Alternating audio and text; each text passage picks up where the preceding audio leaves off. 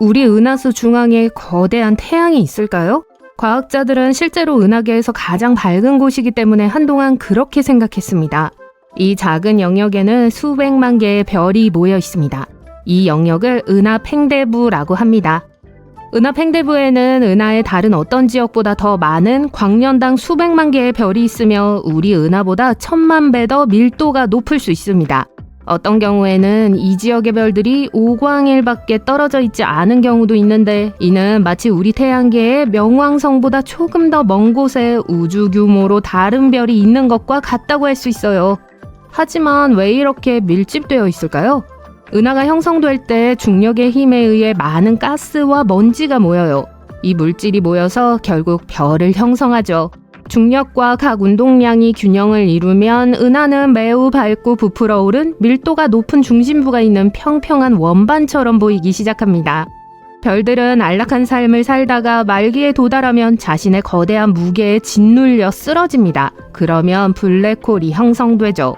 블랙홀은 주변의 모든 것을 먹어치우는 것을 좋아하며 더 많이 먹을수록 더 커집니다. 모든 우주 물질이 한데 모여있는 은하 중심만큼 훌륭한 저녁 식사를 하기에 완벽한 장소가 또 있을까요? 그래서 그것은 주변의 가스와 먼지를 먹기 시작하여 강착 원반을 형성해요. 이 모든 물질이 블랙홀로 소용돌이치면서 가열되고 많은 에너지를 방출하여 은하 중심을 더욱 밝게 만듭니다. 그렇기 때문에 모든 은하 중심에서 초질량 블랙홀과 은하 팽대부를 발견할 수 있어요. 우리 은하 중앙의 은하 팽대부는 타원처럼 보입니다. 이것이 바로 고전적 팽대입니다. 그곳의 별들은 우리 태양과 달라서 모든 가능한 방향과 면에서 무작위로 움직입니다. 게다가 모두 다른 속도로 움직이죠. 따라서 중력이 미친 듯이 작용하여 팽대부가 구 또는 타원처럼 보이게 돼요. 가장 먼저 형성됐기 때문에 우리 은하에서 가장 오래된 별을 가지고 있습니다. 그러나 별이 형성된 곳도 있고 1억 년이 채 되지 않은 젊고 거대한 별들도 많이 있습니다. 중심에서 멀어질수록 상황은 조금 더 차분해집니다. 별은 균일하게 회전하기 시작하고 안정됩니다. 현재 지구는 은하 팽대부에서 꽤 멀리 떨어진 오리온팔이라고 불리는 우리 은하의 나선형 팔 중 하나에 있어요. 우리 주변에서 별들은 보통 4에서 5억 년 정도 떨어져 있습니다. 즉, 은하의 대부분은 실제로는 검고 빈 공간에 불과해요. 우리의 블랙홀은 궁수자리 A별이라고 불려요. 우리 태양 질량의 약 400만 배에 달하는 괴물입니다. 또한 크기는 약 5,100만 킬로미터로 수성과 태양 사이의 거리와 거의 비슷합니다. 하지만 걱정하지 마세요. 블랙홀은 그 안에 은하수를 끌어당기지 않으며 우리를 잡아먹지도 않을 테니까요. 이 블랙홀은 은하 전체에 비해 매우 작기 때문에 주변에 있는 것만 먹어치울 수 있습니다. 현재 많은 별들이 궁수자리 A별 주위를 공전하고 있습니다. 그리고 엄청난 양의 에너지를 방출하지만 많은 과학적 노력 없이는 지구에서 그 빛을 볼 수 없어요. 하지만 왜 우리는 그 중심 자체를 볼 수 없을까요? 은하 팽대부는 매우 밝아서 26,000광년 떨어져 있긴 하지만 우리 하늘에서 밝게 빛나는 것을 볼 수 있어야 하는데 그렇지 않죠. 알고 보니 이 모든 것이 우주먼지 때문이었습니다. 우리와 중심부 사이에 있는 많은 먼지가 가시광선의 대부분을 흡수합니다. 우리는 근적외선, 감마선 등과 같은 다른 유형의 빛으로만 은하의 중심을 볼 수 있어요. 나사는 다양한 종류의 빛으로 은하 핵을 촬영한 이미지를 보유하고 있으며 먼지가 시야를 가리지 않는 은하의 중심이 얼마나 무서울 정도로 밝은지 보여줍니다. 그러나 모든 밝은 영역이 가스와 먼지에 의해 가려지는 건 아닙니다. 예를 들어 메시의 13과 같은 밀도가 높은 성단을 보면 별들이 너무 가까워서 마치 흰 점처럼 보이는데 대부분의 망원경으로는 별들을 서로 분리할 수 없습니다. 안드로메다 은하 근처의 이웃 은하인 위성 은하 M32에는 광년당 약 84개의 별이 있습니다. 허블 우주 망원경으로도 별을 식별할 수 없을 정도로 밀도가 높습니다. 태양계의 길이는 2광년으로 우리가 그곳에 있다면 창밖으로 약 168개의 별을 볼 수 있을 거예요. 가장 가까운 별은 알파 센타우리입니다. 태양에서 약 4광년 떨어져 있어요. 만일 몇 광일만 떨어져 있었다면 보름달보다 훨씬 더 밝게 빛났을 거예요. 따라서 우리가 어떻게든 별이 엄청나게 밀집된 지역에서 살아남을 수 있다면 하루 종일 하늘이 하얗게 빛날 거예요. 하지만 살아남을 가능성은 거의 없습니다. 은하수 중심에 가까워질수록 생명체를 발견할 확률은 매우 희박해집니다. 별들의 중력이 혼란스럽게 움직이기 때문에 주변에 행성이 거의 없어요. 그 얼마 안 되는 기적의 행성에서는 우주선의 방사선이 급증합니다. 초신성 폭발과 별 충돌이 일상적으로 일어나고 주변의 모든 가스로 인해 숨을 쉬거나 제대로 볼 수조차 없습니다.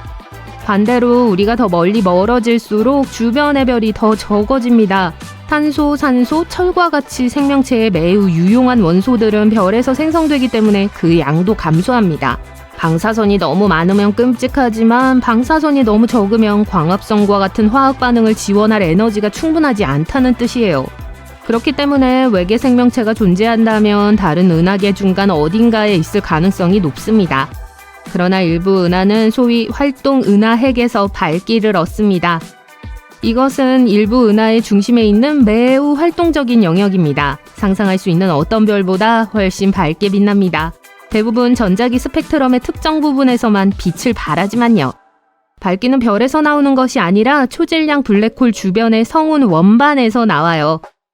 물질이 천천히 블랙홀로 떨어지면서 그 주위에 모여 가스, 먼지 등으로 이루어진 평평하고 회전하는 원반이 만들어집니다.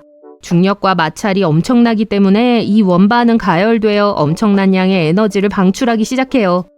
또한 이 원반은 거의 빛의 속도로 엄청나게 빠르게 회전해요. 그렇기 때문에 충돌은 항상 일어나며 그 힘은 상상할 수 없을 정도로 강력합니다. 훨씬 더 많은 양의 에너지를 방출하죠. 대부분의 은하에는 활동 은하핵이 없습니다. 천여자리 별자리에 있는 M87 은하와 같이 활동 은하핵이 있는 은하를 활동성 은하라고 합니다.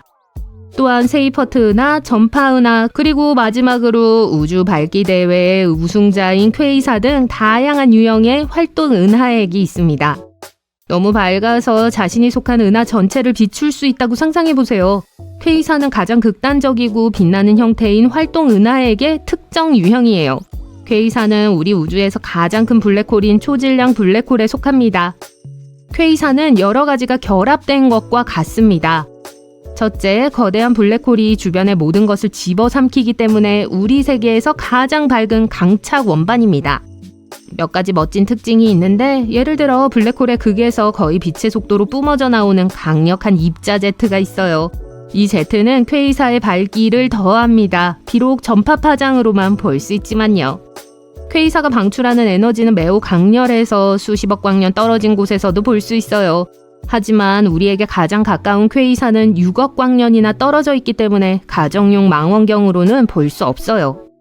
따라서 망원경을 통해 은하를 볼 때 우리는 일반적으로 바깥 부분이 아닌 더 밝은 중심부만 볼 수 있습니다. 우리 눈은 활동 은하핵과 같은 것을 볼 수 있도록 만들어지지 않았기 때문에 이 별들은 우리가 볼 수 있는 가장 밝은 것입니다. 여전히 아름다운 광경이죠.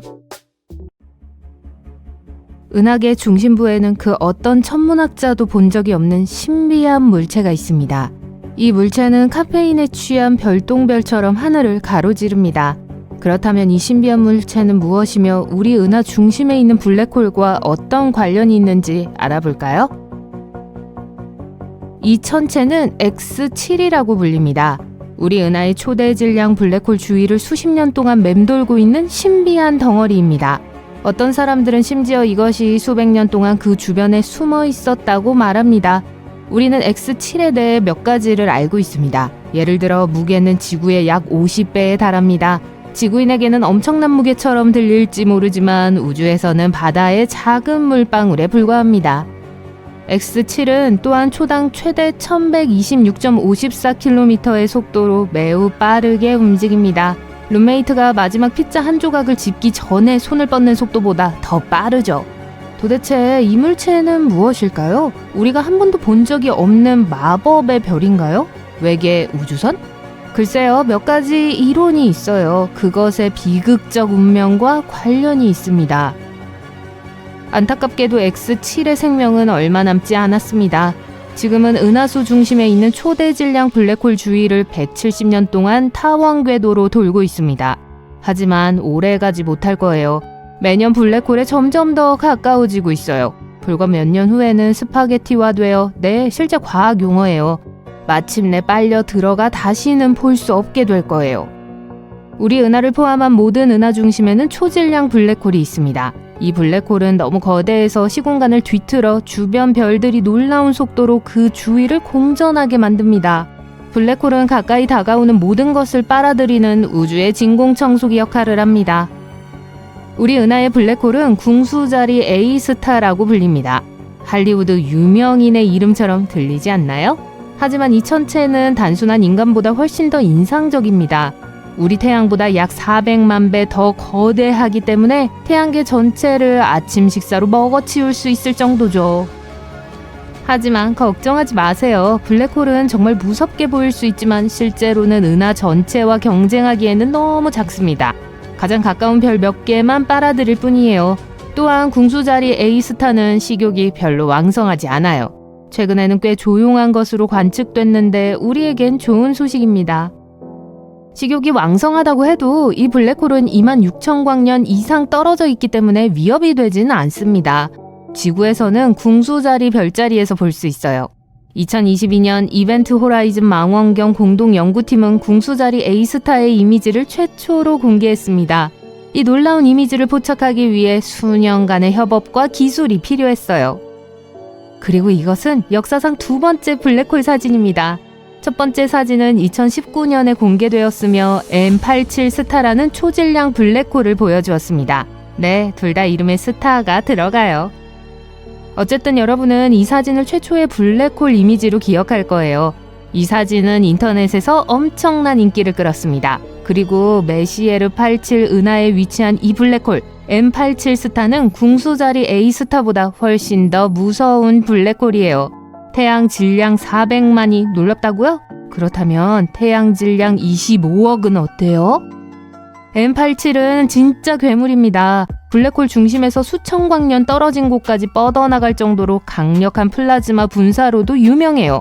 M87이 슈퍼히어로라면 광선검을 최대로 발사하는 아이언맨일 거예요.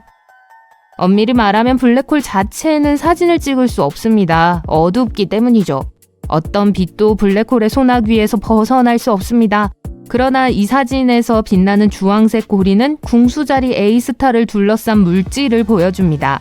이 물질은 뜨거운 가스의 소용돌이 원반으로 중심에서 소용돌이 치며 수백만 도까지 가열되는 응축 원반이라고 불립니다. 마치 거대한 불타는 소용돌이와 같지만 탈출구가 없어요. 그리고 중앙의 그림자는 블랙홀 자체를 나타냅니다. 그 그림자 안에는 사상의 지평선이 있습니다. 사상의 지평선은 블랙홀 주변의 경계선으로 그 너머에는 빛조차도 중력에서 벗어날 수 없습니다. 중력이 너무 강해서 우주에서 가장 빠른 물체인 빛조차도 빠져나갈 수 없는 돌아올 수 없는 지점이죠. 일단 사상의 지평선을 넘어가면 우리가 알고 있는 물리법칙이 무너지는 블랙홀 중심으로 떨어질 운명에 처하게 됩니다. 이것이 바로 X7이 맞이하게 될 운명입니다. 지금 이 덩어리는 강력한 조류의 힘에 의해 늘어나고 당겨지고 있습니다. 그건 그렇고 때이른 죽음을 맞이하기 전에 X7은 약간의 쇼를 할 것으로 예상돼요. 페리아스트론이라는 블랙홀에 가장 가까이 접근하는 것은 2036년이 될 거예요. 그리고 마침내 궁수자리 A스타의 중력에 의해 찢어지면 멋진 불꽃놀이를 볼 수 있을지도 모릅니다. 하지만 중요한 건 그게 아니에요. 재밌는 점은 X7의 미래 종말이 도대체 무엇인지 마침내 이해하는 데 도움이 될 수 있다는 것입니다. 한 과학자 팀은 이상한 물체가 블랙홀 궤도를 도는 방식을 연구해왔어요. 그러던 중 X7이 초기 길이의 거의 2배로 늘어났다는 사실을 발견했죠. 이것은 무엇을 의미할까요? 그것은 X7이 최근 두 별이 충돌할 때 튀어나온 파편으로 만들어졌을 가능성이 높다는 걸 암시합니다. 네, 맞아요. 우주 교통사고죠. 두 별이 사랑에 빠져 수년 동안 서로의 주변을 돌기 시작한다고 상상해보세요. 그 후 둘이 마침내 합쳐집니다. 이 순간 엄청난 양의 가스와 먼지를 방출합니다. 그리고 아마도 이 우주의 춤이 블루베이비 X7을 만들었을 겁니다. 마치 거대한 우주잔치가 끝난 후 식탁에 남은 부스러기처럼요. 이런 현상은 특히 블랙홀 주변에서 매우 흔하게 일어납니다. 마치 은하계의 추돌 사고가 파편을 사방으로 날려보내는 것과 같죠. 사실 우주는 수수께끼의 덩어리로 가득합니다. 이걸 G 객체라고 합니다. 영화 맨인 블랙에 나오는 G맨은 아니지만 신비롭고 찾기 어려운 천체죠. 이 천체들은 20년 이상 천문학자들을 당혹스럽게 해왔습니다. 가스구름처럼 보이지만 별처럼 행동하기 때문이에요. 마치 구름이 될지 별이 될지 결정하지 못하는 것 같아요. 얼른 마음을 정하세요. G 객체는 중앙 블랙홀에 가장 가까운 지점에서 늘어나지만 온전한 형태로 나타납니다. 고무줄이 늘어나지만 끊어지지 않는 것처럼요. 과학자들은 이 물체들이 하나로 합쳐진 별이라고 생각합니다. 그리고 그 과정에서 거대한 가스구름을 생성하여 그 결과를 시야에서 숨깁니다.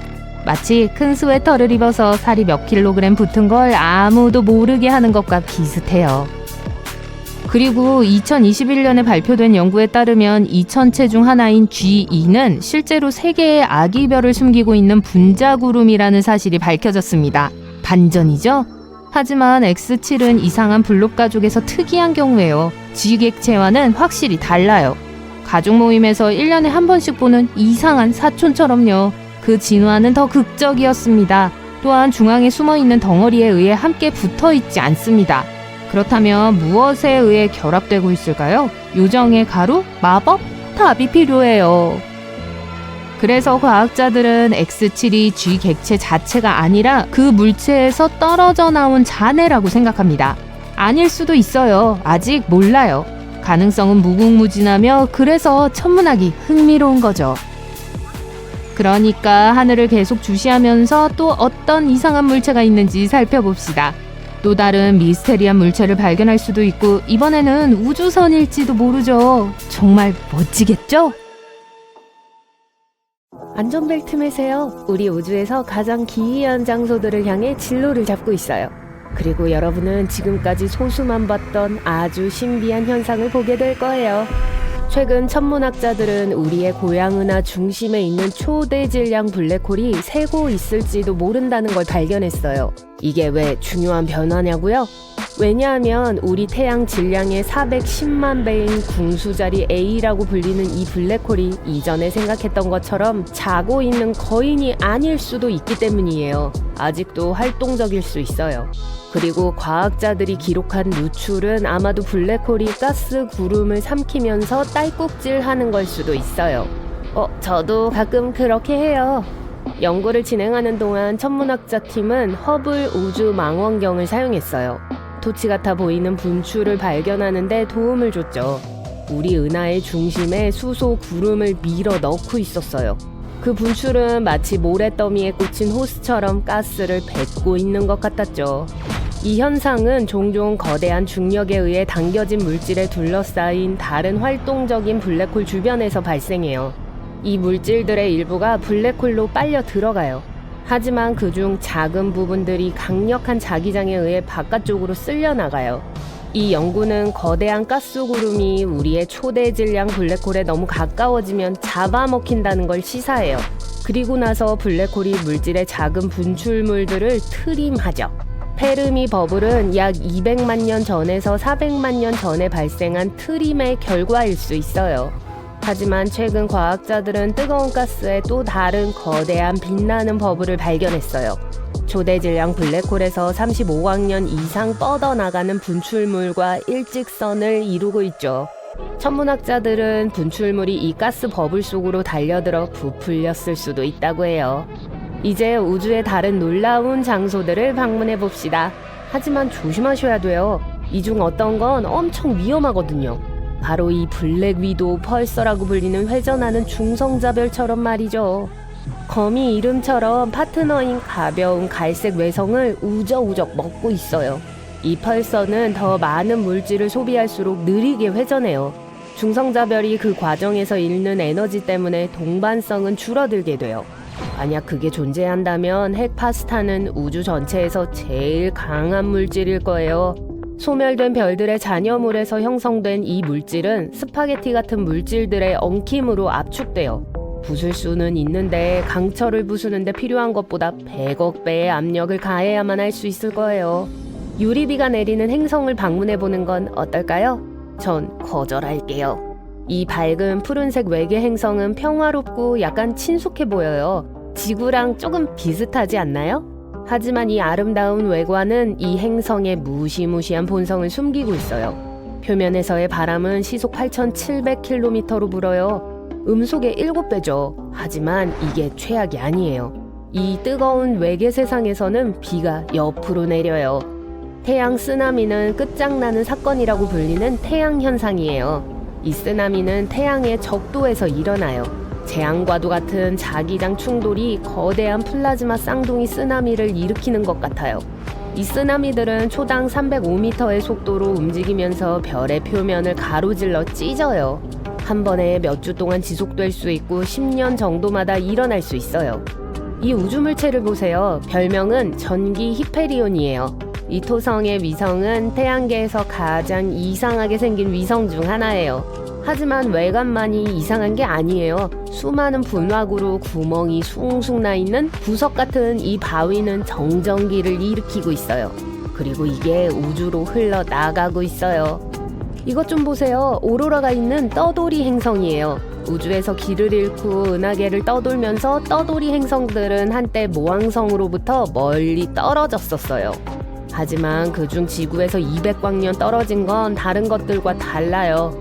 목성보다 200배 강한 자기장을 가진 행성 크기만한 물체예요. 이 자기장이 너무 강력해서 행성의 대기에 번쩍이는 오로라를 생성하고 있어요. 블랙홀에서 멀리 떨어지세요. 제가 경고를 해야 하나요? 네, 그게 우주에서 가장 위험한 물체들 중 하나거든요. 하지만 미니 블랙홀은요? 거대한 형제들과는 달리 가상의 미니 블랙홀은 정말 작을 수 있어요. 원자보다도 크지 않을 수 있죠. 그렇다 해도 그렇게 작은 것 하나가 자동차 세단 1000대의 질량을 갖고 있을 수도 있어요. 한 이론에서 수톤의 마이크로 블랙홀이 빅뱅 직후와 우주의 시작에 생성되었을 수도 있다고 주장해요. 어떤 과학자들은 심지어 작은 블랙홀이 몇 개씩 매일 우리 행성을 통과하고 있다고까지 말해요. 다음 정거장이 정말 마음에 드실 거예요. 불타는 얼음 행성이에요. 멀리 떨어진 해왕성 크기의 외계 행성 글리제 436b에는 반전이 있습니다. 타는 듯이 뜨거운 얼음으로 만들어졌죠. 이 행성은 적색 외성 글리제 436 주위를 단 이틀 만에 완전히 돌아요. 그러니까 모항성에 놀라울 정도로 가까이 접근하고 있다는 뜻이에요. 그래서 행성의 온도가 427도 이하로 좀처럼 떨어지지 않는 걸 수도 있어요. 하지만 제일 이상한 거요? 이 행성에는 아이스 X로 알려진 거대한 양의 물얼음이 있는데 지독하게 뜨거운 온도에도 불구하고 고체 상태를 유지하고 있어요. 보석을 좋아한다면 이 다음 세상은 여러분을 위한 거예요. 다이아몬드 행성이에요. 지구에서 약 4,000광년 떨어진 곳에 하나의 거대한 다이아몬드 같은 행성이 있어요. 이 행성은 지금까지 발견된 다른 행성들보다 밀도가 높고 대부분 탄소로 이루어져 있어요. 밀도가 너무 높아서 천문학자들은 이 탄소가 수정일 수도 있다고 생각해요. 그래서 이는 적어도 행성의 일부가 다이아몬드라는 걸 의미할지도 몰라요. 다른 위성을 도는 위성들은 존재할 수도 있고 없을 수도 있어요. 아직 이것에 대해 천문학자들이 합의한 건 없어요. 행성은 항성 주위를 돌고 위성은 행성 주위를 돌아요. 그러면 왜 위성에 위성은 있을 수 없을까요? 또한 서브 위성, 무넷, 무운스라고도 알려져 있죠. 사실 꽃이 달린 하와이 드레스 같은데요. 무무스라고 아세요? 하지만 안타깝네요. 연구원들은 위성에 위성이 존재할 수 있다고 주장해요. 하지만 호스트 위성은 충분히 무거워야 하고 위성의 위성은 충분히 작아야 하며 이 위성들과 호스트 행성 사이의 간격이 넓어야 해요. 자, 이제 살아있는 화석 은하로 안내하겠습니다. DGSat-1은 은하수만큼 커요. 하지만 별들이 엄청나게 얇게 흩어져 있어서 거의 보이지 않아요. 이 은하는 독특하게도 이런 종류의 다른 은하들과는 달리 혼자 있어요. 이런 건 보통 성단에서 찾아볼 수 있어요. 이건 DGSat-1이 아마 빅뱅 이후 10억 년 후인 다른 시대에 형성되었다는 걸 의미할 수 있어요.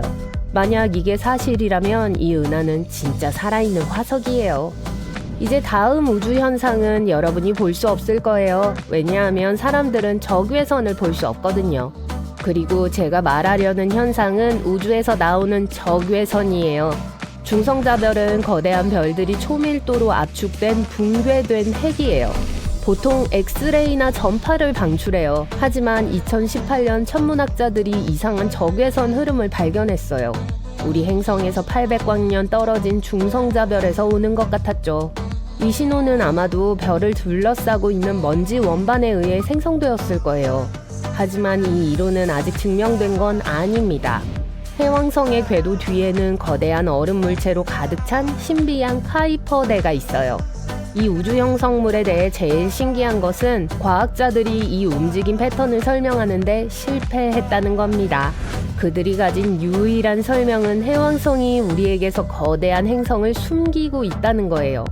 이 가상의 행성은 이미 플래닛 9이라는 이름을 갖고 있고 우리가 해야 할 일은 그것의 존재가 확인될 때까지 기다리는 거예요. 아님 말고요.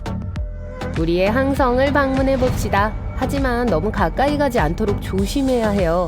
왜냐하면 태양의 대기가 태양의 표면보다 뜨겁거든요. 표면의 온도가 5500도에 달하는 동안 대기 상층부는 수백만 도까지 가열돼요. 과학자들은 태양에서 일어나는 엄청난 열 폭발이 이 독특한 현상과 관련이 있을지도 모른다고 생각하고 있어요. 이 우주 물체도 방문할 가치가 있어요. 카이퍼대에서 공전하고 있는 외행성 하우메아는 이상한 길쭉한 모양을 하고 있고 2개의 위성을 갖고 있어요. 이 행성의 하루는 4시간 동안 지속되고 우리 태양계에서 제일 빠르게 회전하는 큰 물체예요. 하지만 하우메라의 가장 신비로운 점은 이 행성 주변을 도는 폭 64km의 얇은 고리가 있다는 거예요. 우리 은하는 말 그대로 가장 큰 수수께끼 중 하나예요. 우리 고향 은하가 얼마나 큰지 알아내는 건 어려워요. 그리고 가장 큰 이유 중 하나는 우리가 그 안에 살고 있기 때문이에요. 쇼핑몰 주변을 걷는 걸로 생각해보세요. 큰 건 알 수 있죠? 하지만 실제 조감도를 보기 전까진 확신할 수 없어요. 우리 은하는 멀리서 보면 한 줄기의 불빛 같아 보이는 수십억 개의 먼 별들도 구성되어 있어요. 그래서 이 별들과 별 사이의 거리를 측정하기만 하면 짜잔! 답이 나오겠죠? 사실 그렇진 않아요. 제가 여러분의 시야를 가리는 불투명한 먼지 구름에 대해 말하는 걸 잊은 것 같네요. 어떤 과학자들은 은하가 어떻게 형성되고 진화되었는지에 대한 컴퓨터 모델을 가동할 정도로 집요하게 연구했습니다. 우리 은하 주변엔 헤일로가 있어요. 그래서 과학자들은 우리 은하에 막다른 길 같은 게 있는지 확인하고 싶어 했죠. 그들은 우리 은하가 중심으로부터 10만 광년 동안 퍼져 있다는 걸 발견했어요. 그러니까 우리 은하의 전체 지름이 약 20만 광년이란 뜻이죠. 하지만 이 가정의 문제점은 헤일로들이 그냥 사라지기 때문에 어떠한 최종 경계선도 없을 수 있다는 거예요. 마치 손전등이 비추고 빛이 어디서 정확하게 끝나는지 알아보려고 하는 것과 같아요. 2013년 허블 우주망원경은 2500만 광년 떨어져 있는 뭔가의 사진을 찍었어요. 알고 보니 나중엔 ESO 373-3이라고 불린 적어도 7개의 다른 이웃 은하계를 갖고 있는 낯선 은하로 밝혀졌어요. 그리고 이 은하는 팬케이크처럼 얇았어요. 정말 반짝이는 팬케이크죠. 망원경은 또 6500만 광년 떨어진 또 다른 은하단의 사진을 찍었어요. 이건 IC335라고 불렸죠. 우주의 광활함에 떠다니는 또 하나의 눈부시게 아름다운 반짝이는 팬케이크예요. 망원경이 찍은 이미지는 별로 정확하지 않아요. 여러분이 정확하게 뭘 보고 있는지 구별하기가 어려워요. 이 원반 은하들은 수백 광년 동안 뻗어갈 수 있는 우주 진운이 많아요. 이 진운은 주로 은하 중심 근처에 위치했으며 일반적으로 빛으로는 볼 수 없어요. 하지만 푸른색 필터의 도움으로 감지할 수 있죠. 어쨌든 이 IC335 은하는 가스와 먼지로 이루어진 거대한 구름을 가진 다원형 원반이에요. 그 뜻은 별들이 계속 거기에 나타난다는 걸 의미해요. 하지만 모든 은하들이 별을 만드는 건 아니에요. 은하는 천천히 회전하는 기체 거대한 공으로 태어나 서서히 자기 쪽으로 붕괴하죠. 점점 더 빨리 돌기 시작하면서 팬케이크 모양이 형성됩니다. 오, 시럽 좀 주세요. 피자 반죽을 공 모양으로 말아 공중에 돌리는 것과 같아요. 토핑은 별이고 소스는 먼지와 가스 구름이라고 치면요. 여러분도 저처럼 배고파지고 있나요? 어떤 은하들은 은하단의 일부가 되면서 가스와 먼지를 이룰 수 있어요. 그리고 나서 가스를 사이에 두고서 이 모든 미니 은하들은 그들의 공통 질량 중심을 공전하죠. 원반 은하가 빠르게 달리는 기차처럼 그것들 뚫고 돌진할 때 압력이 먼지와 가스를 날려버릴 수 있어요. 멀리서 보면 재생아리는 DVD를 보고 있는 것 같아요. 하지만 더 가까이 보려고 수백만 광년을 여행한다면 별들로 가득 찬 희미한 원반을 보게 될 거예요. 여러분이 그 안에 있는지도 모르게 될걸요? 또한 은하 한가운데 있는 적색 거성들이 남긴 밝은 먼지 덩어리도 볼 수 있을 거예요. 적색 거성은 표면 온도가 낮은 거대하고 매우 밝은 별입니다. 하지만 이 은하들의 이미지는 실제의 색을 보여주지 않고 있어요. 여러분이 흐릿하거나 선명치 못한 것을 보지 않도록 카메라가 이런 색조들을 일부러 구성합니다. 사람들은 사실 멀리 있는 은하의 진짜 색을 몰라요. 우리 은하에는 저처럼 안에 많은 가스가 차 있어요. 그래서 우리의 고향이 곧 마를 거라 생각할 필요 없어요. 사실 은하수는 아직도 1년에 약 7개의 새로운 별들을 생산해냅니다. 하지만 어떤 은하들은 더 이상 별을 만들 수 없을 때 점점 작아지죠. 이 업계에선 이걸 질식이라고 부르고 은하의 가스가 떨어질 때 생겨나죠. 즉 별을 만드는 데 사용할 수 있는 새로운 물질이 더 이상 없다는 뜻이에요. 은하에서 찾을 수 있는 건 가스와 먼지만이 아니에요. 마술사가 마법 모자에서 토끼, 꽃 그리고 다른 것들을 꺼내는 것처럼 은하에는 다른 놀라운 것들이 있어요. 예를 들어 행성처럼요. 자신과 다른 것들 주위를 회전하는 물질 덩어리들이죠. 엄밀히 말하면 행성들은 완벽하게 둥근 모양과는 거리가 멀어요. 하지만 나선 은하처럼 평평하지도 않아요. 이건 주로 중력 때문이에요. 이 힘이 너무 강해서 행성이 구의 모양을 취하면서 중심 쪽으로 모든 걸 끌어당깁니다. 그 과정에서 튀어나올 수 있는 모든 모서리와 다른 것들이 매끄러워지는 거예요. 하지만 우주체가 작을수록 덜 둥글어요. 혜성을 보세요. 늘 표면이 매끄러운 게 아니에요. 작고 그래서 가장자리들이 바위 투성이에 뾰족해요. 지구의 크기를 고려할 때 달이나 다른 작은 크기의 우주물체에 비해 이곳의 중력은 강하다고 해도 괜찮을 거예요. 그리고 우리의 행성이 지속적으로 자전하고 있기 때문에 지구는 바깥쪽으로 볼록 튀어나오는 곳이 있어요. 안으로 끌어당기는 중력과 행성의 회전 사이의 이 줄다리기로 인해 지구는 완벽한 공 모양이 되진 못하죠. 지구가 완벽한 구체가 아닌 것 말고도 행성은 기울어져 있어요. 이 디자인적 결함은 우리에게 계절이 생기는 원인이 되죠. 이 기울어짐은 지구가 형성된 지 수백만 년 후에 행성으로 발전하던 거대한 우주체인 원시 행성과 충돌했기 때문이었을지도 몰라요. 금성은 다른 친구들에 비교해서 반대로 회전하기 때문에 독특하죠. 만약 여러분이 태양계에서 가장 뜨거운 행성인 금성에 서 있다면 해가 서쪽에서 뜨고 동쪽에서 지는 걸 볼 수 있을 거예요. 하지만 이 현상을 관찰하려면 제 시간에 도착해야 해요. 금성에서의 하루는 지구 시간으로 240일 이상 지속되거든요. 과학자들은 오랫동안 금성의 하루가 긴 이유는 태양이 강하게 당겨서였다고 믿었어요. 하지만 새로운 이론에 의하면 금성이 지구와 다른 행성들처럼 회전했었다고 주장해요. 하지만 어느 순간 축이 180도 뒤집어진 거죠. 행성이 자전을 하다가 중간에 갑자기 멈추고 반대로 움직이기 시작했다는 뜻이 아니에요. 어떤 이론에 의하면 큰 혜성이나 물체가 과거에 그 행성을 강타했다고 주장해요. 이로 인해 회전 방향이 바뀌었을 수도 있어요. 하지만 많은 과학자들이 이 이론에 의구심을 갖고 있어요. 만약 얼마간 달을 관찰하다 보면 매일 밤 여러분을 응시하는 건 같은 면이라는 걸 알게 될 거예요. 사실 달은 회전하지만 엄청 느리게 회전하죠. 우리 지구의 천연 위성이 축을 중심으로 자전하는데 지구날로 27일이 걸려요. 게다가 달은 지구 궤도를 도는 것과 같은 속도로 자전해요. 우리가 항상 보는 면의 달은 앞면이라고 부르고 우리를 향해 있지 않은 면은 짐작하셨겠지만 달의 뒷면이라고 해요. 여기엔 달의 어두운 면이라는 별명도 있어요. 천왕성의 자전축은 태양계의 평면에 대해 98도로 기울였어요. 그 말은 기본적으로 행성이 옆으로 회전하고 있다는 뜻이죠. 한동안 과학자들은 우주를 쏘아다니던 큰 물체가 천왕성과 부딪혀 천왕성이 기울어졌다고 믿었죠. 하지만 여기엔 한 가지 문제점이 있어요. 천왕성의 위성들은 얼음으로 덮여 있는데요. 행성을 기울게 만들 정도로 강력한 충돌은 위성의 움직임과 위치를 방해할 수도 있었을 거예요. 하지만 위성들은 비교적 손상을 입지 않은 것 같아요. 그리고 위성을 덮고 있던 모든 얼음도 아직 그대로고요. 하지만 천왕성에서 일어나는 무슨 큰 변화든 얼음을 녹일 수 있을 만큼의 에너지를 만들어냈을 거예요. 천왕성이 이상한 위치에 있는 또 다른 이유는 고리 때문일 거예요. 네, 천왕성은 토성과 같은 고리를 갖고 있어요. 다만 좀 더 가볍고 적을 뿐이죠. 토성의 고리는 대부분 수십억 개의 얼음 덩어리와 궤도에 떠다니는 바위예요. 어떤 조각들은 조약돌 크기일 수도 있고 반면 어떤 조각들은 집 크기만 할 수도 있어요. 와, 다른 조각들은 토성의 중력에 의해 산산조각 난 해성, 소행성, 그리고 위성들이에요. 만약 멀리서 그 고리들을 본다면 수천 개의 다른 띠로 이루어진 화려한 줄무늬처럼 보여요. 하지만 실제로는 8겹의 고리밖에 없어요. 천왕성은 약 45억 년 전 토성만큼 찬란한 고리를 가졌었을지도 몰라요. 토성의 중력과 고리 사이의 균형은 토성이 기울어지지 않도록 수직으로 서 있게 해주는 원인일지도 몰라요. 만약 천왕성에 같은 고리가 있었다면 행성이 넘어지는 걸 막을 수 있었을 거예요. 천왕성이 기울어지는 문제를 해결할 방법은 그 행성이 고리를 되찾는 것일지도 몰라요. 그게 천왕성이 균형을 유지하게 도와줄 수 있을 거예요. 반면에 우린 이대로가 좋아요. 난데없이 나타난 이상한 소리가 우리 은하계 전체로 퍼져나가고 있습니다. 소리는 끊임없이 반복되고 있고 우리가 전에 들어본 적이 없는 소리입니다.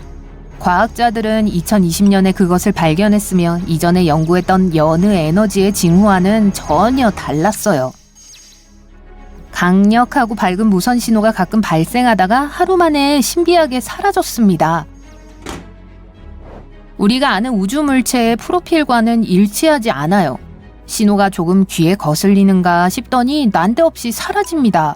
과학자들이 이 신호를 다른 망원경과 일치시키려고 하자 없어져 버린 겁니다. 저 질량별은 때로는 무선 에너지로 폭발하지만 이런 경우에는 대부분 X선을 가지고 있기 때문에 해당되지 않습니다. 펄서 같은 매우 밀도 높은 붕괴한 별 또한 마그네타도 아닙니다. 과학자들이 찾아낸 가장 그럴듯한 후보는 우리가 은하 중심 전파원 GCRT라고 알고 있는 신비한 부류의 물체입니다. 그것은 밝고 빠르게 빛나는 전파의 원천입니다.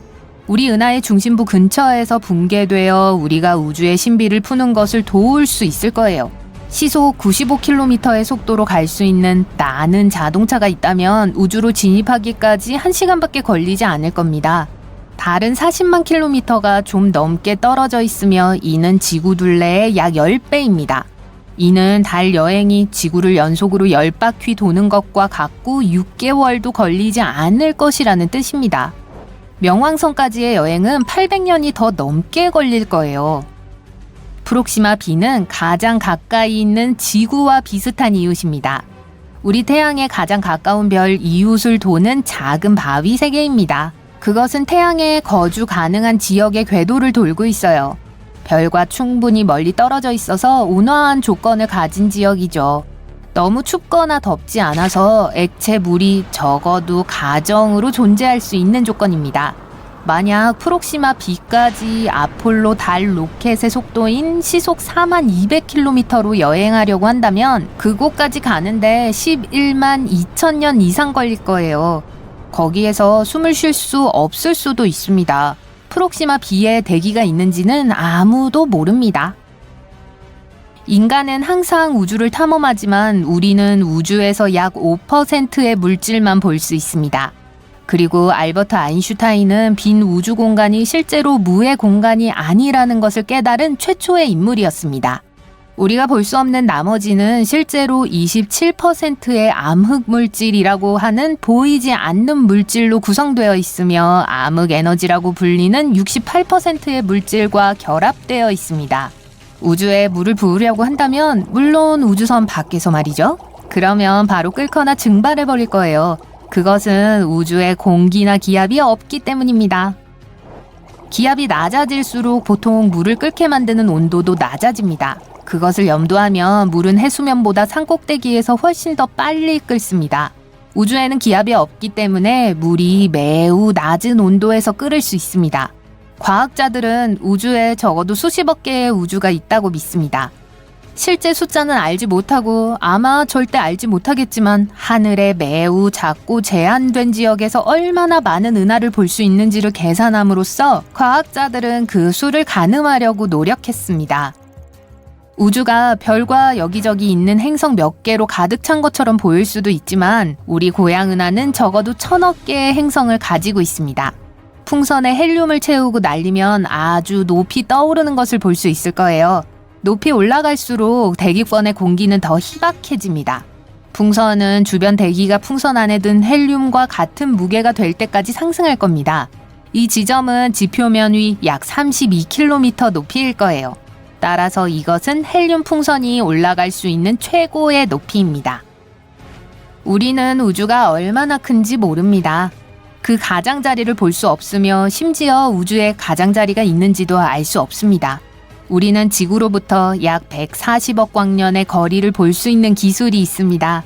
이것은 우리가 지구 표면 위 약 960km에서 끝나는 우리 대기의 바깥층에서 시작해서 직경 280억 광년의 범위를 볼 수 있다는 것을 의미합니다.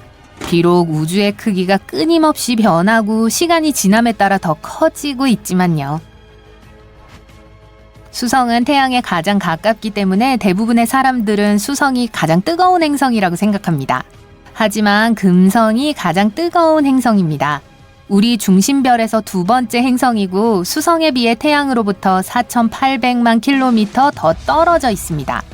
수성은 대기가 없는데 대기는 태양으로부터 오는 열을 유지하도록 도와주는 일종의 담요와 같습니다. 금성은 예상 외로 대기가 두꺼운데 지구의 대기보다 약 100배 두껍습니다. 금성의 대기는 열을 내보내지 않고 유지해서 금성을 점점 더 뜨거워지게 만듭니다. 또한 대부분의 태양 에너지를 자유롭게 들여보내는 이산화탄소로 구성됩니다. 그러나 따뜻하고 가열된 표면이 방출하는 장파장 방사선을 잃기에는 충분히 투명하지 않습니다. 평균 온도는 주석을 녹일 만큼 뜨거운 섭씨 468도입니다. 이웃 수성의 최대 온도는 섭씨 427도입니다. 아마도 약 20억 년 후에 지구는 생명체가 존재하기에는 너무 뜨거워질 거예요. 수억 년이 지나면서 우리 태양은 점점 더 뜨겁고 밝아질 겁니다. 결국에는 기온이 너무 높아서 우리의 아름다운 바다는 사라질 수밖에 없을 겁니다. 바다는 우리 생존에 필요한 산소의 70%를 생산하기 때문에 바다가 없다면 생명도 없을 거예요. 이 모든 것은 우리 행성이 단순히 광대한 사막이 될 것이라는 것을 의미합니다. 마치 화성의 오늘날 모습처럼요. 매우 먼 곳에 있는 예전에는 행성이던 명왕성은 현재 외성이며 실제로 미국 전체보다 직경이 작습니다.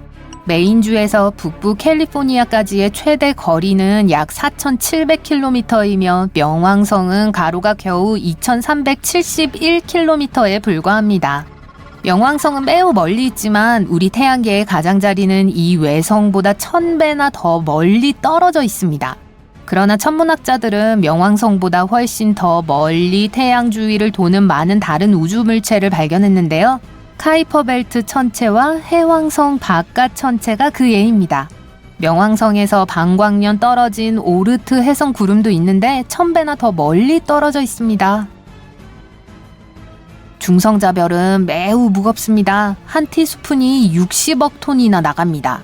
중성자별은 연료가 다 소모된 거대한 별에서 남은 것입니다. 희미해지는 별이 폭발하고 그 핵이 떨어져 나가지만 중력으로 인해 매우 밀도가 높은 중성자별을 형성합니다. 이 별들은 일반적으로 최대 태양 3개에 해당하는 질량을 가지고 있습니다. 하지만 반경이 약 9.65km 정도인데 우리가 알고 있는 우주에서 가장 밀도가 높은 것 중 하나입니다. 우주는 색이 있는데 평균적으로 베이지색 혹은 우주 라떼라고 불리는 색입니다. 또한 구운 스테이크 또는 뜨거운 금속을 상기시키는 냄새가 납니다. 적어도 우주를 유영한 우주 비행사들에 따르면 말이죠. 우주복을 만들고 싶다면 정말 열심히 일할 각오를 해야 할 거예요. 그걸 만드는 데는 5,000시간이 걸리고 10억 원 정도가 들 겁니다. 최상급의 우주복은 11개 층의 재료로 만들어지고 무게가 약 50kg 정도 나갑니다. 그리고 우주복은 편안해야 합니다. 우주에서는 키가 5cm 정도 더 커지기 때문에 여유가 좀 있어야 할 거예요. 우주에서 떠다니고 있을 때는 지구의 중력이 아무런 영향을 미치지 않습니다. 그래서 척추뼈가 팽창하고 약간 느슨해지는데 그것은 키가 3% 정도 더 커질 거라는 뜻입니다. 키가 1m 80인 사람이라면 약 5cm가 더 커지는 거예요. 걱정 마세요. 영구적인 게 아니에요. 지구로 돌아오면 몇 달 안에 정상으로 돌아갈 거예요. 친구와 이야기하고 싶다면 우주는 별로 좋은 대화 장소가 아닙니다. 왜냐하면 우주에서 소리는 전혀 전달되지 않기 때문입니다. 분자가 너무 멀리 떨어져 있어서 소리 진동이 서로에게 닿지 않습니다.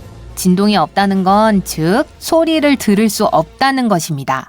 영화는 이 사실을 정확히 표현하고 있지 않습니다. 우주에서는 비명을 질러도 아무도 듣지 못할 거예요. 우리는 태양 속에 살고 있다고 할 수 있어요. 태양은 우리로부터 1억 5천만 킬로미터 떨어진 곳에 위치한 그저 크고 뜨거운 빛의 공 이상입니다. 태양의 외부 대기는 훨씬 더 큽니다. 우리가 볼 수 있는 표면 너머까지 멀리 뻗어 있습니다. 우리 지구의 궤도는 태양의 희박한 대기를 통과합니다. 그 증거는 태양풍의 돌풍이 남극광과 북극광을 생성하는 것입니다. 그래서 어떻게 보면 우리가 태양 속에 살고 있다는 뜻이에요. 우리뿐 아니라 먼 해왕성을 포함한 다른 행성들도 마찬가지입니다. 우리가 태양 바깥 대기라고 부르는 태양권은 약 160억 킬로미터까지 뻗어 있습니다. 천문학자들이 은하수에서 튀어나오는 밝은 별을 발견한 것은 2017년이었습니다. 그것은 믿을 수 없을 정도로 빨랐어요. 시속 320만 킬로미터였죠. 이것은 태양이 우리 은하의 중심 주위를 공전하는 것보다 거의 4배나 빠른 속도입니다. 태양이 우리 은하 주변을 한 번 도는 데는 2억 2,500만 년 이상이 걸립니다. 어쨌든 우리의 떠돌이별로 돌아가죠. 문제는 그 별이 우리 은하 중심을 도는 대부분의 별들과는 달리 반대 방향으로 움직이고 있다는 것이었습니다. 더 이상한 것은 완전히 다른 물질로 별이 이루어져 있다는 것이었어요. 천문학자들은 그 별의 성분을 알아냈는데 무겁고 금속성인 원자들로 이루어져 있었습니다. 반면 대부분의 다른 별들은 훨씬 더 가벼운 원소들로 구성되어 있었습니다. 이 떠돌이 별은 LP40365라는 이름을 얻었습니다. 너무 빨리 움직여서 말 그대로 우리 은하계 밖으로 튀어나갔어요. 이는 과학자들이 이 우주여행자가 초신성 같은 어떤 종류의 우주재앙에 의해 원래 자리에서 밀려났다고 믿게 만들었습니다. 초신성은 우주에서 발생할 수 있는 가장 큰 폭발로 별의 폭발입니다. 별의 핵에서 돌이킬 수 없는 변화가 시작된 후에 일어납니다. 초신성은 2가지 방법으로 발생할 수 있습니다. 쌍성계인 경우와 하나의 별인 경우예요. 쌍성계는 같은 중심 주위를 도는 2개의 별입니다. 어느 순간 별 중 하나인 매우 밀도가 높은 백색 외성이 다른 별로부터 물질을 훔치기 시작합니다. 얼마 후 이 도둑은 너무 많은 물질을 축적하여 초신성으로 폭발하게 됩니다. 아니면 수명이 다 되어가는 하나의 별일 수도 있습니다. 연료가 바닥나고 있어요. 점점 더 많은 질량이 별의 중심부로 흘러들고 있습니다. 결국 핵은 너무 무거워져서 자신의 중력을 견디지 못합니다. 중심 핵이 붕괴된 후 엄청난 양의 에너지가 초신성으로 방출됩니다. 하지만 천문학자들은 아직도 어떻게 초신성이 LP40365를 날려보낼 수 있는지 알아내지 못하고 있습니다. 해답보다 더 많은 의문점들이 있어요. 초신성에 의해 생성된 충격파에 의해 2별 중 하나가 떨어져 나간 것일까요? 아니면 폭발한 별의 조각이었을까요? 수집된 데이터를 기반으로 한 새로운 연구에서 백색 외성인 이 별이 계속해서 축을 중심으로 천천히 회전하고 있다는 사실이 밝혀졌습니다. 천문학자들은 LP40365가 사실 완전한 별이 아니라 우주 파편 덩어리라는 것을 의미한다고 거의 확신하고 있습니다. 이 떠돌이는 가장 치열한 우주 사건 중 하나에서 살아남았습니다. 하지만 그러한 결론을 내린 후에 과학자들은 놀라운 것을 깨달았습니다. LP40365의 이상한 특징들이 이 별이 초신성을 겪은 후에 나타날 수 있다는 것입니다. 비록 이 사건이 번개처럼 빠르게 일어났지만 이 별의 전체 구성이 바뀌었습니다. 대부분의 별들은 주로 헬륨과 수소로 이루어져 있습니다. 하지만 LP40365는 다릅니다. 마그네슘, 산소, 그리고 네온과 같은 무거운 원소들을 포함하고 있습니다. 이 원자들을 별의 구성에 추가한 것은 초신성임에 틀림없어요.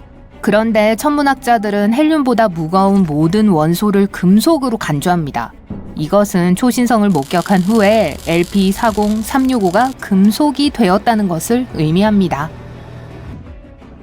현재 이 별은 자신만의 행성을 가지고 있지 않습니다. 하지만 항성 앞을 지나면서 빛의 발길을 어둡게 하는 먼 행성을 탐색하는 나사의 통과 외계 행성 탐색 위성은 이상한 것을 목격했습니다. LP40365가 매 8.9시간마다 밝아졌다가 다시 어두워진다는 것입니다. 이것은 이 별이 진동한다는 것을 의미할 수도 있지만 보통 별의 진동은 훨씬 덜 규칙적입니다. 더 그럴듯한 설명은 이 별의 표면이 울퉁불퉁하다는 것입니다. 또한 별은 회전하면서 태양 흑점은 시야에 들어왔다가 나가게 됩니다. 그리고 이건 반가운 소식이에요. 왜냐하면 천문학자들은 별이 얼마나 빨리 회전하는지 알아낸 후에 약 500만 년 전 초신성 동안에 무슨 일이 일어났는지 이해할 수 있기 때문입니다. 밝은 파란색 외계 행성 HD 189733b는 평화롭고 섬뜩할 정도로 친숙해 보입니다. 닮지 않았나요? 지구랑요. 하지만 이 외관은 행성의 무서운 본성을 숨기고 있습니다. 그곳에서 바람은 시속 8,700km로 붑니다. 음속의 7배죠. 하지만 최악은 그게 아닙니다. 이 타는 듯이 더운 세상에서는 유리비가 사선으로 쏟아집니다. 중성자별은 거대한 별들의 붕괴된 초밀도 핵입니다. X선이나 전파를 방출하죠. 하지만 2018년 천문학자들은 이상한 적외선의 흐름을 발견했습니다. 그것은 지구에서 800광년 떨어진 중성자별에서 온 것처럼 보였어요. 가장 그럴듯한 이론은 이 신호가 아마도 별을 둘러싸고 있는 먼지 원반에 의해 생성되었을 거라는 것입니다. 하지만 이 주장을 입증할 충분한 증거는 없습니다. 수성은 태양계에서 가장 빠른 행성입니다. 그것은 시속 16만 킬로미터가 넘는 엄청난 속도로 태양 주위를 회전합니다. 지구보다 약 6만 5천 킬로미터 더 빠른 속도입니다. 이건 수성에서의 1년이 지구에서의 88일이 되는 이유 중 하나예요.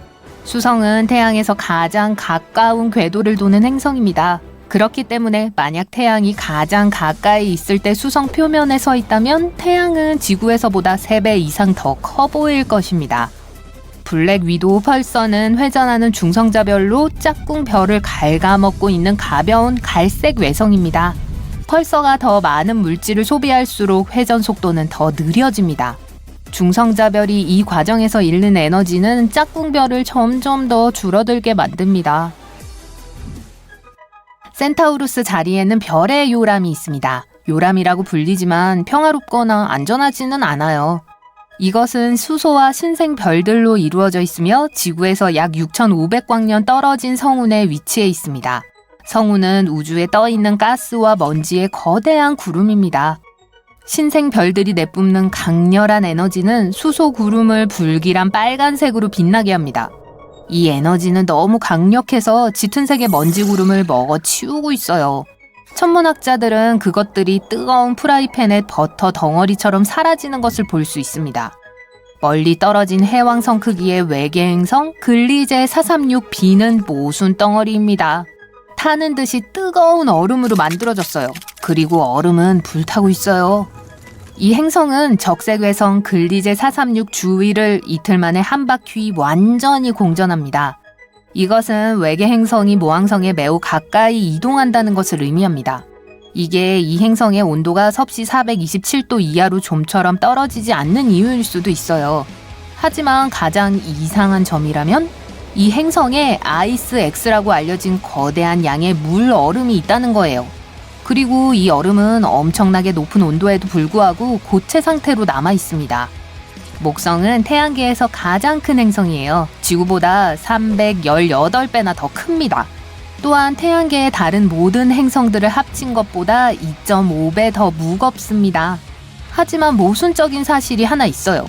만약 이 가스 거성이 훨씬 더 거대해진다면 실제로 더 작아질 거라는 점입니다. 추가된 질량은 행성을 더욱 밀집시킵니다. 그리고 이건 스스로 끌어당기기 시작하는 원인이 될 거예요. 천문학자들은 목성이 결국 지금보다 질량이 4배 더 커질 수 있다고 주장합니다. 하지만 동시에 크기는 변하지 않을 거예요. DGSAT-1 은하는 밀키웨이만큼 큽니다. 하지만 별들이 엄청나게 얇게 펼쳐져 있기 때문에 거의 보이지 않습니다. 하지만 이 은하가 이렇게 독특한 이유는 이런 종류의 다른 은하들과는 달리 홀로 놓여 있기 때문입니다.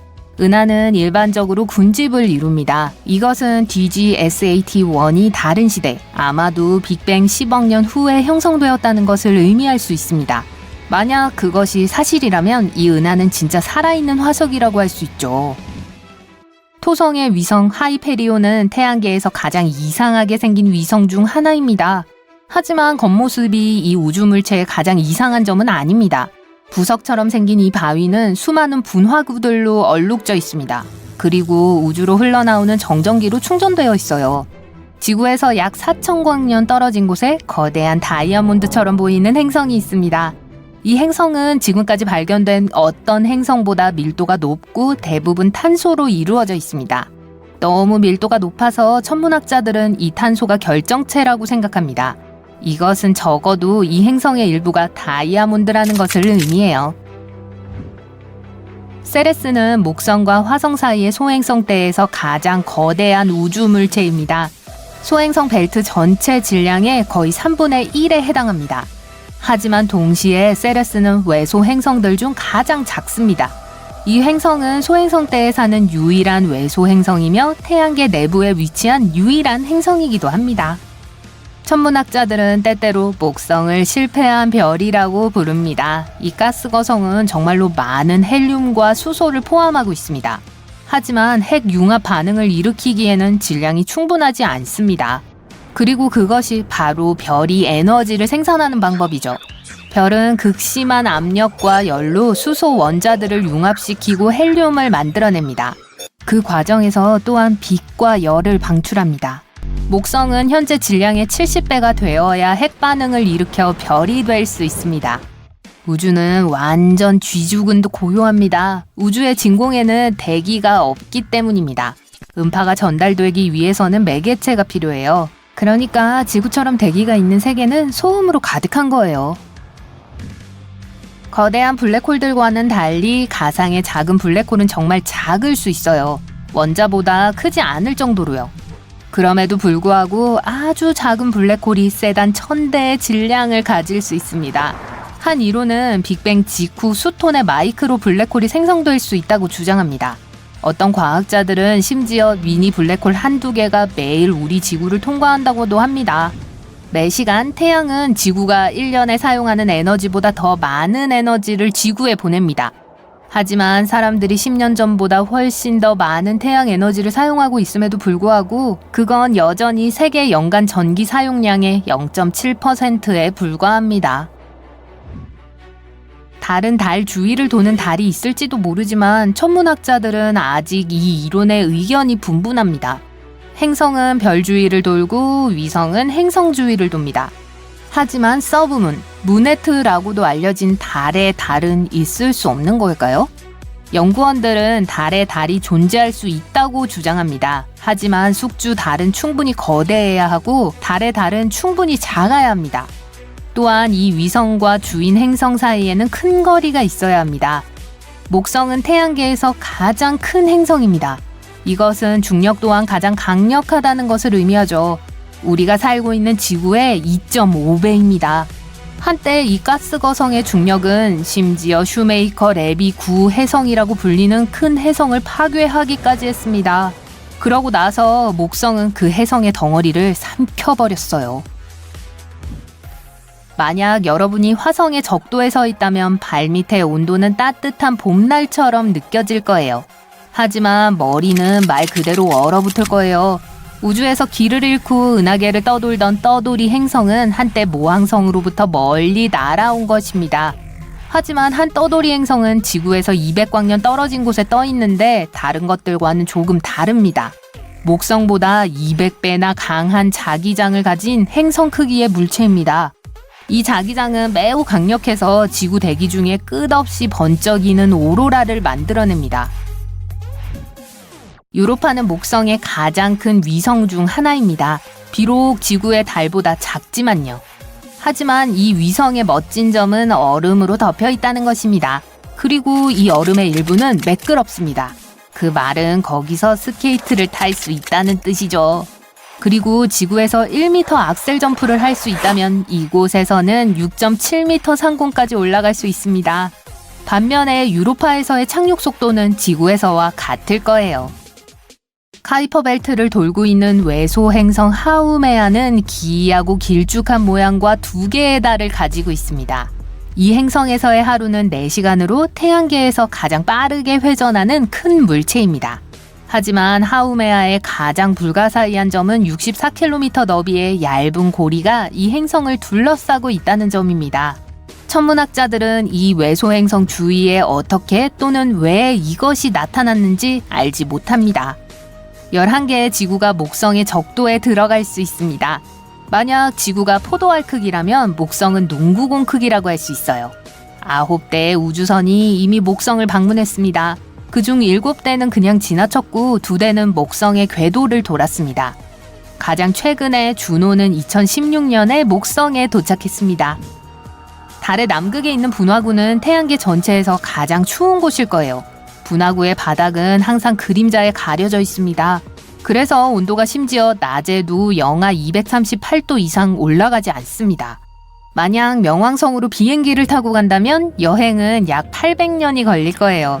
태양계에서의 가장 높은 산은 베스타라고 불리는 소행성에서 발견할 수 있습니다. 산의 정상은 산기슭에서 22km 떨어져 있습니다. 레아 실비아라고 불리는 이 산은 에베레스트 산보다 거의 3배 더 높습니다. 토성의 고리는 한꺼번에 발견된 게 아니에요. 하나씩 서서히 발견됐어요. 그래서 과학자들이 발견한 순서대로 알파벳으로 이름을 붙였습니다. D, C, B, A, F, G, E 이런 식으로요. 금성에서의 하루는 지구 시간으로 약 243일 동안 지속됩니다. 하지만 나쁜 소식은 주말이 되려면 3년을 기다려야 한다는 거예요. 이 모든 것은 금성에서의 하루가 1년보다 더 길기 때문입니다. 종료 사건이라고 불리는 태양 현상이 태양의 적도에서 일어나고 있습니다. 끔찍한 자기장 충돌이 플라즈마의 거대한 쌍둥이 쓰나미를 일으키는 것으로 보입니다. 이 쓰나미는 초당 300m의 속도로 움직이면서 별의 표면을 찢어버립니다. 한 번에 몇 주 동안 지속될 수 있고 거의 10년에 한 번씩 일어납니다. 해왕성의 바람은 태양계에서 가장 빠릅니다. 대부분은 시속 2,500km의 속도에 도달할 수 있습니다. 이런 거대한 폭풍이라면 지구 전체를 쉽게 집어삼킬 수 있습니다. 밤하늘에서 18번째로 밝은 별 포말하우트는 무시무시합니다. 그것은 사우론의 눈이라고 불리는데 그 주위를 도는 먼지와 파편들이 마치 영혼을 꿰뚫어보는 거대한 눈처럼 보이기 때문입니다. 이 위협적인 별은 태양 질량의 2배가 넘고 지구에서 25광년 떨어져 있습니다. 우주상의 거리로는 그렇게 먼 게 아니에요. 화성에는 포보스와 데이모스라는 2개의 달이 있습니다. 앞으로 3천만 년에서 5천만 년 사이에 화성의 중력은 포보스를 파괴해버릴 것입니다. 그것은 아마도 화성 주위에 고리가 형성되는 결과를 낳을 거예요. 자동차 크기만한 소행성이 매년 우리 행성의 대기에 진입합니다. 그런 침입자는 지구상에서 작은 마을을 쓸어버릴 수 있어요. 먼지와 연기는 대기 중으로 상승해서 태양빛이 지구의 표면에 도달하는 것을 막을 거예요. 그러면 전 세계의 기온은 떨어지고 기후가 변화할 겁니다. 운 좋게도 그러한 소행성은 지표면에 가까이 오기도 전에 대기 중에서 타버립니다. 우주선이 지구와 접촉할 때 발생하는 무선 신호는 냉장고 안에 있는 전구보다 덜 강력합니다. 이 신호가 지구에 도달할 때쯤이면 그 세기는 겨우 10억분의 1와트에 불과합니다. 안테나가 이렇게 약한 신호를 수집한다는 건 정말 대단한 일입니다. 우주선의 신호를 감지하는 딥스페이스 네트워크에는 너비가 70m에 이르는 접시 안테나가 있습니다. 축구장의 너비보다 더 넓어요. 1999년 나사는 화성 궤도선을 잃었는데 한 기술팀은 미터법을 사용하고 있었고 또 다른 팀은 미국 관습 단위를 사용해서 계산을 했기 때문입니다. 성운은 가스와 먼지로 이루어진 거대한 구름입니다. 시간이 흐르면서 중력이 먼지와 가스 덩어리를 함께 당기기 시작합니다. 그러면 점점 더 커집니다. 그리고 중력도 더 강력해집니다. 어느 날 성운의 질량이 너무 커져서 성운 자체의 중력에 의해 붕괴되어 새로운 별을 형성합니다. 약 4,000광년 떨어진 정갈 자리에는 나비 성운이 있습니다. 나비의 날개 폭은 3광년 이상입니다. 그리고 성운 내부의 구조는 지금까지 관측된 것 중 가장 복잡한 것 중 하나입니다. 이 성운의 중심별인 백색외성은 섭씨 25만 도까지 가열됩니다. 이것은 이 별이 우리 태양 크기의 5배가 넘는 또 하나의 거대한 별에서 형성되었다는 것을 의미합니다. 이 백색 외성의 적도는 두꺼운 먼지 원방과 가스로 둘러싸여 있습니다. 그래서 전체 구조가 모래시계 혹은 나비처럼 보이게 만듭니다. 만약 여러분이 태양계에 있는 모든 알려진 소행성들을 하나로 묶는다면 그 총 질량은 달 질량의 10%를 넘지 않을 것입니다. 수증기 구름이 우주에서 떠다니고 있습니다. 그것은 지구에서 120억 광년 떨어진 초거대 블랙홀을 둘러싸고 있습니다. 이 구름은 지구 전체물의 140조 배나 되는 양을 포함하고 있습니다. 천문학자들은 이 물구름이 우주보다 불과 16억 년 늦게 나타났다고 생각합니다. 우주에서 가장 밀도가 높은 물체는 중성자별입니다. 작은 도시 크기지만 질량은 우리 태양의 1.4배입니다. 중성자별 물질 한 티스푼은 10억 톤이 나갈 거예요. 그리고 중성자별의 중력은 지구의 중력보다 20억 배나 더 강해요. 1993년 갈릴레오 탐사선은 작은 소행성을 지나가고 있었습니다. 지름이 32km를 넘지 않았습니다. 하지만 이 작은 소행성은 1.6km 너비의 달을 가지고 있었어요. 천문학자들은 그 이후로 태양계의 작은 행성을 도는 수많은 위성을 발견했습니다. 우리는 태양 안에 살아요. 태양의 대기는 겉으로 보이는 표면보다 훨씬 더 멀리 뻗어 있습니다.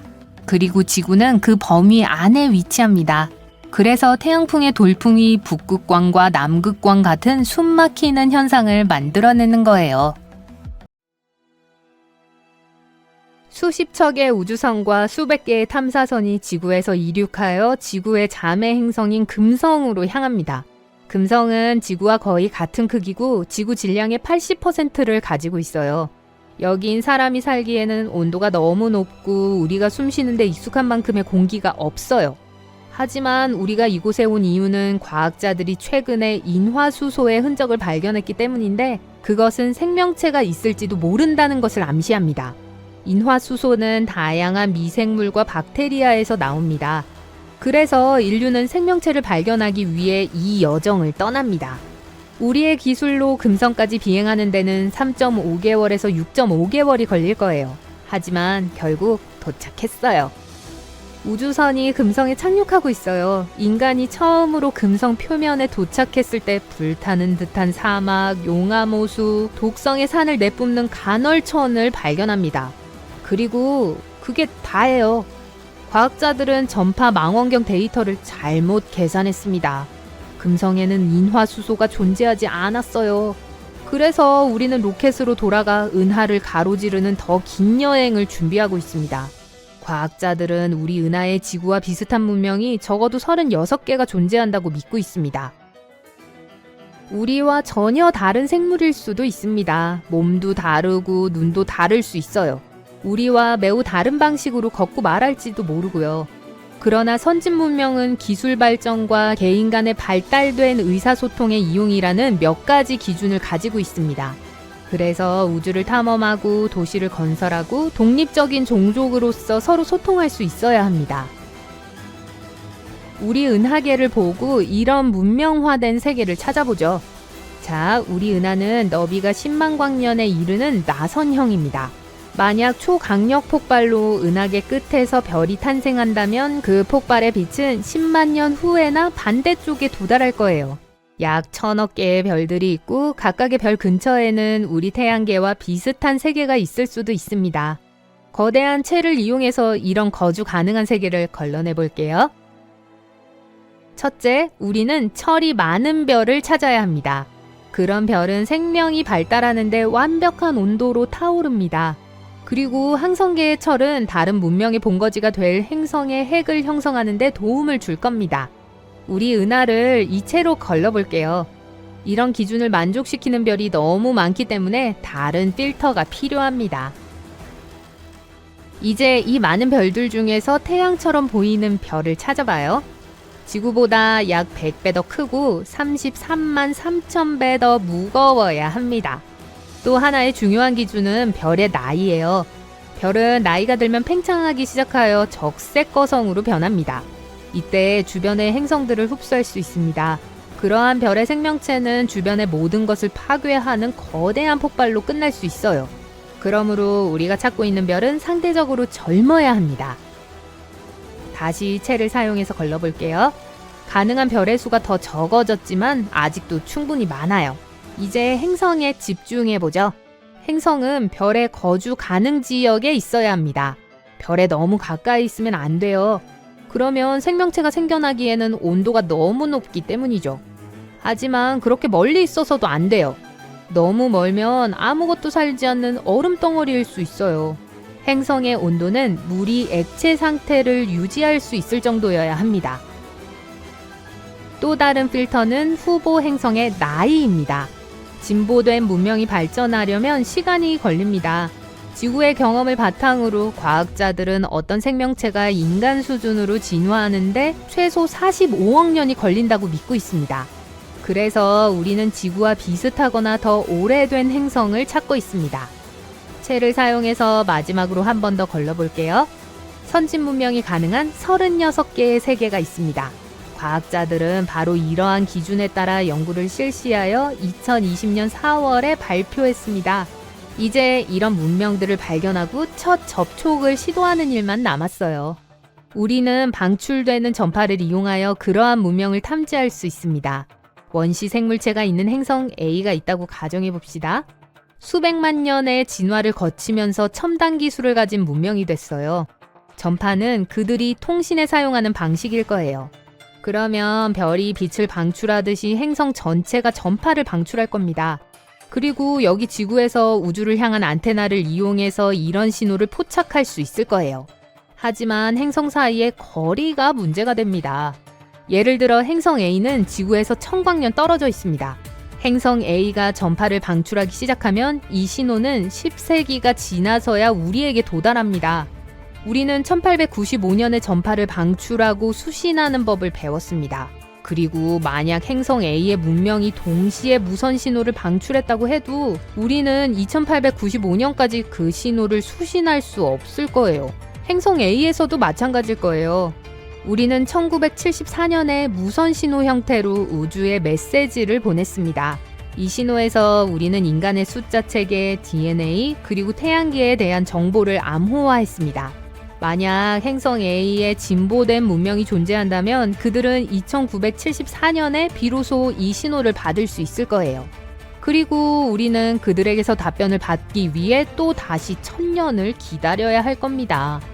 전파의 또 다른 문제는 전파가 행성의 지속적인 빛이 아니라 플레어처럼 보인다는 겁니다. 전파는 문명의 특정 단계에서만 사용됩니다. 처음에는 그것이 주된 통신 방식이지만 이후에는 휴대폰, 케이블 TV, 광섬유를 사용하기 시작합니다. 그리고 기술이 발전함에 따라 우리의 전파 빛은 희미해지기 시작합니다. 그러니까 문명을 발견하는데 전파에 의존할 수 있는 기간은 약 100년 동안이라는 것 뿐입니다.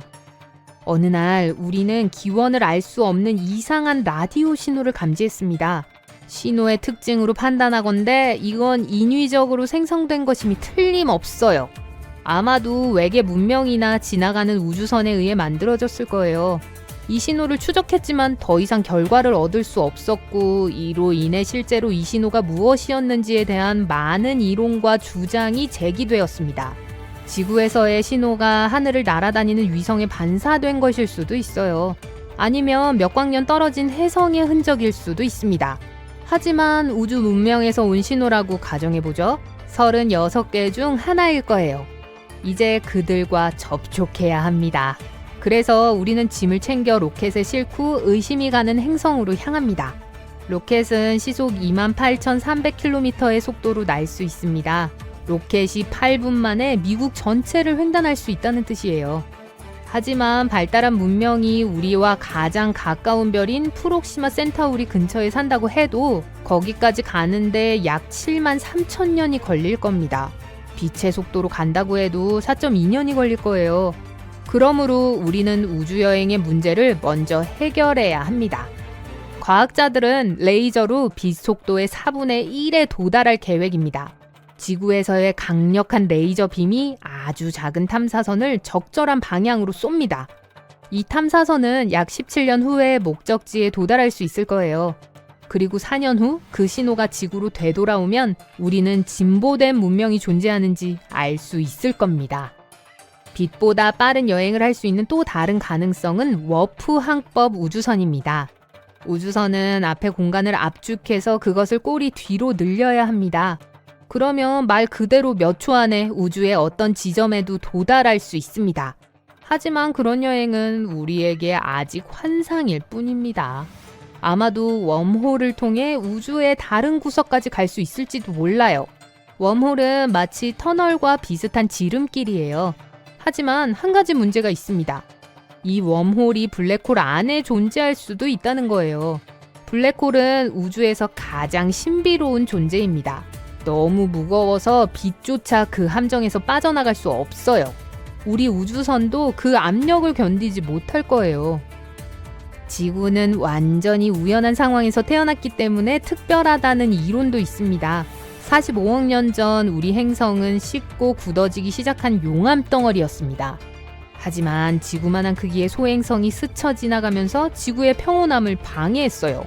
충돌은 지구를 완전히 파괴하지도 않으면서 소행성의 일부가 우리 궤도에 남아있을 정도의 각도에서 발생했습니다. 지구 근처의 무거운 암석은 지구의 자전을 안정시켰습니다. 그리고 거대한 파편과의 중력 상호작용이 지구의 핵을 가열하게 만들었습니다. 게다가 소행성은 지구에 많은 물을 가져왔습니다. 그러한 충돌은 극히 가능성이 낮습니다. 복권에 당첨된 것과 같죠. 그것도 여러 번 연속으로요. 하지만 지금까지 우리는 우주에 생명체가 존재하다고 믿을 이유가 없습니다. 그렇다고 해서 우리 말고 우주에 진보된 문명이 존재하지 않는다고 믿을 이유도 없죠. 블랙홀은 거대합니다. 우주에서 가장 밀도가 높은 천체인 블랙홀은 질량이 매우 커서 중력으로 인해 빛조차도 그 소나기에서 빠져나오지 못합니다. 하지만 이 무시무시한 블랙홀의 세계에는 그들만의 리그에 속하는 괴물들이 존재합니다. 최근 천문학자들은 우리 태양보다 333억 배나 무거운 블랙홀을 발견했어요. 이 우주 거인은 지구에서 27억 광년 떨어진 곳에 위치한 아벨 1201이라는 초대형 타원 은하의 중심에 자리 잡고 있어요. 이 블랙홀은 너무 커서 초대질량 블랙홀이라는 희귀한 명칭이 붙었어요. 우리 은하 중심에 있는 초질량 블랙홀보다 8,000배 이상 무겁기 때문이에요. 이 초대질량 블랙홀은 중력 렌즈의 도움으로 최초로 발견된 블랙홀입니다. 이 방법은 은하와 같이 매우 거대한 물체가 더 멀리 있는 물체로부터 오는 빛을 굴절시켜 확대한다는 사실을 기반으로 해요. 이 연구 방법의 가장 큰 장점은 천문학자들이 비활성 블랙홀도 연구할 수 있다는 거예요. 우리 은하를 둘러싼 영역, 즉 우리 은하 밖에 수많은 새로운 블랙홀을 발견하는 데 도움이 될 수 있어요. 아마도 우리가 이전에 본 적이 없는 이국적인 물체를 찾는 데도 도움이 될 겁니다. 이제 우주 탐사를 효율적으로 도와주는 또 다른 멋진 도구인 제임스 웹 우주망원경에 대해 이야기해 보겠습니다. 이 망원경은 단순히 붉은 빛깔로만 보이는 어린 은하를 관찰할 때 그 중심에서 소용돌이치는 놀라운 수의 사이클론을 발견합니다. 이것이 바로 블랙홀입니다. 흥미롭게도 거대 블랙홀은 초기 우주 역사에서 큰 역할을 한 것으로 여겨졌어요. 하지만 제임스 웹은 예상치 못한 수의 거대 블랙홀을 정기적으로 발견합니다. 예를 들어 천문학자들은 망원경을 사용해서 우리 우주의 나이가 6억 년이 채 되지 않았을 때의 초질량 블랙홀을 발견했습니다. 우주의 관점에서 보면 이건 단지 아기일 뿐이에요. 이것은 지금까지 관측된 초질량 블랙홀 중 가장 멀리 떨어진 곳에서 활발하게 먹이를 먹고 있는 초질량 블랙홀입니다. 시어스 1019라고 불리는 호스트 은하의 중심부에 위치하고 있어요. 블랙홀은 놀랍도록 작고 전혀 거대하지 않습니다. 실제로 초기 우주에서 발견된 것 중 가장 작은 블랙홀 중 하나예요.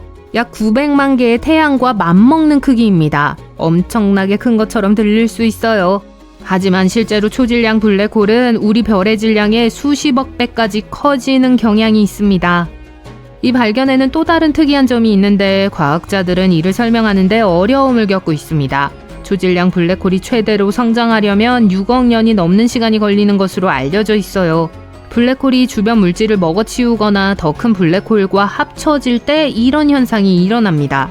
우리 은하 중심에 있는 블랙홀과 비슷한 우리 태양 질량의 약 4억 3천만 배의 블랙홀도 최근 우주에서 목격된 것으로 알려져 있어요.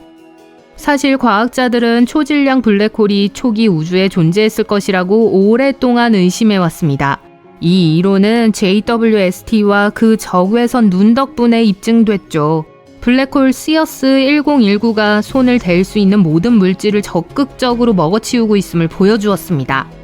이러한 먹이 블랙홀은 일반적으로 내부에 떨어지는 가스와 먼지의 소용돌이로 둘러싸여 있는데 이를 어커션 디스크라고 해요. 블랙홀의 중력은 이 물질을 가열하여 디스크를 빛나게 해요. 그리고 그게 다가 아닙니다. 이 과정에서 생성되는 초강력 자기장은 물질을 블랙홀의 극으로 이동시켜요.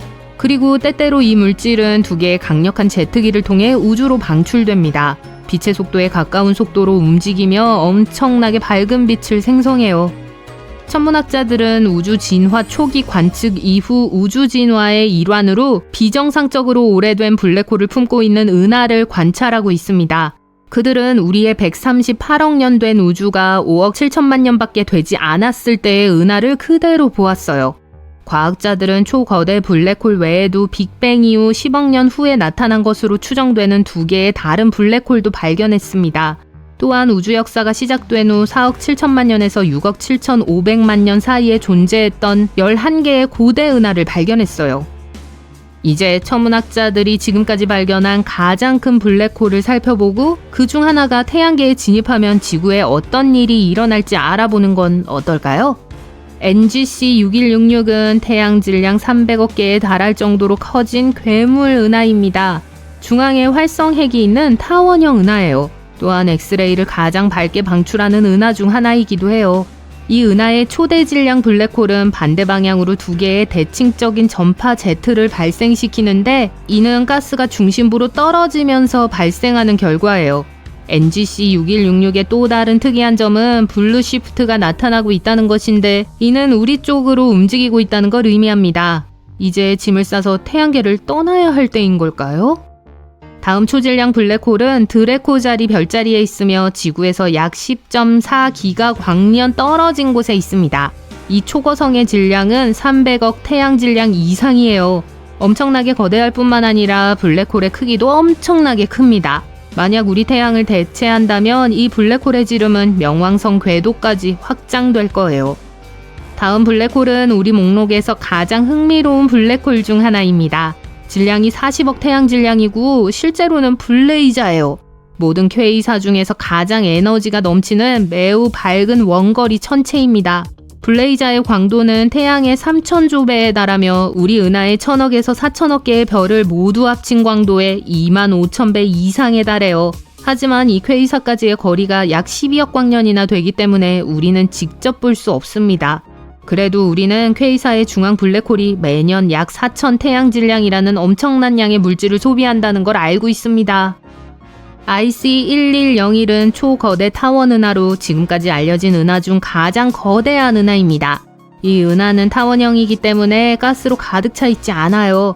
그렇기 때문에 그 지역의 별 형성이 매우 낮습니다. 이 은하 중심에 있는 블랙홀은 태양 질량 400억에서 1000억 질량 범위에 있으며 선명한 전파 신호를 방출합니다. 천문학자들이 상상할 수 없을 정도로 커진 중력 우주의 경이로움을 발견했어요. 지금 말하는 블랙홀은 무려 6,660억 태양 질량에 달하는 톤 618 블랙홀입니다. 네, 여기 또 하나의 초대 질량 블랙홀이 있어요. 우리 은하계에 있는 모든 별을 모아 그 별들로 이루어진 물질을 하나의 블랙홀로 뭉친다고 상상해보세요. 그래도 여전히 톤 618 블랙홀을 만들기에는 충분하지 않을 겁니다.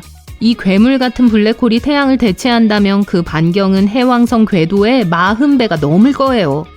블랙홀은 엄청나게 밀도가 높다는 걸 알고 계실 텐데요. 그렇다고 해서 블랙홀이 은하계를 돌아다니며 마주치는 모든 것을 먹어치우는 우주 포식자라는 의미는 아니에요.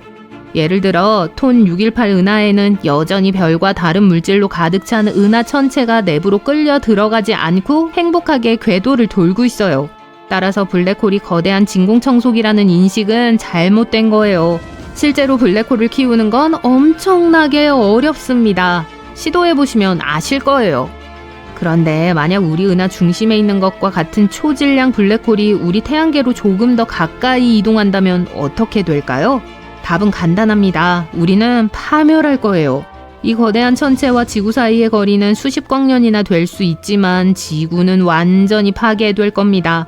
지구는 태양계를 구성하는 다른 천체들과 함께 블랙홀의 궤도에 끌려 들어가 영원히 그 주위를 돌아야 할 운명에 처하게 될 거예요. 하지만 지금은 그런 거대한 블랙홀이 지구에서 멀리 떨어져 있으니까 긴장을 풀고 심호흡하셔도 돼요.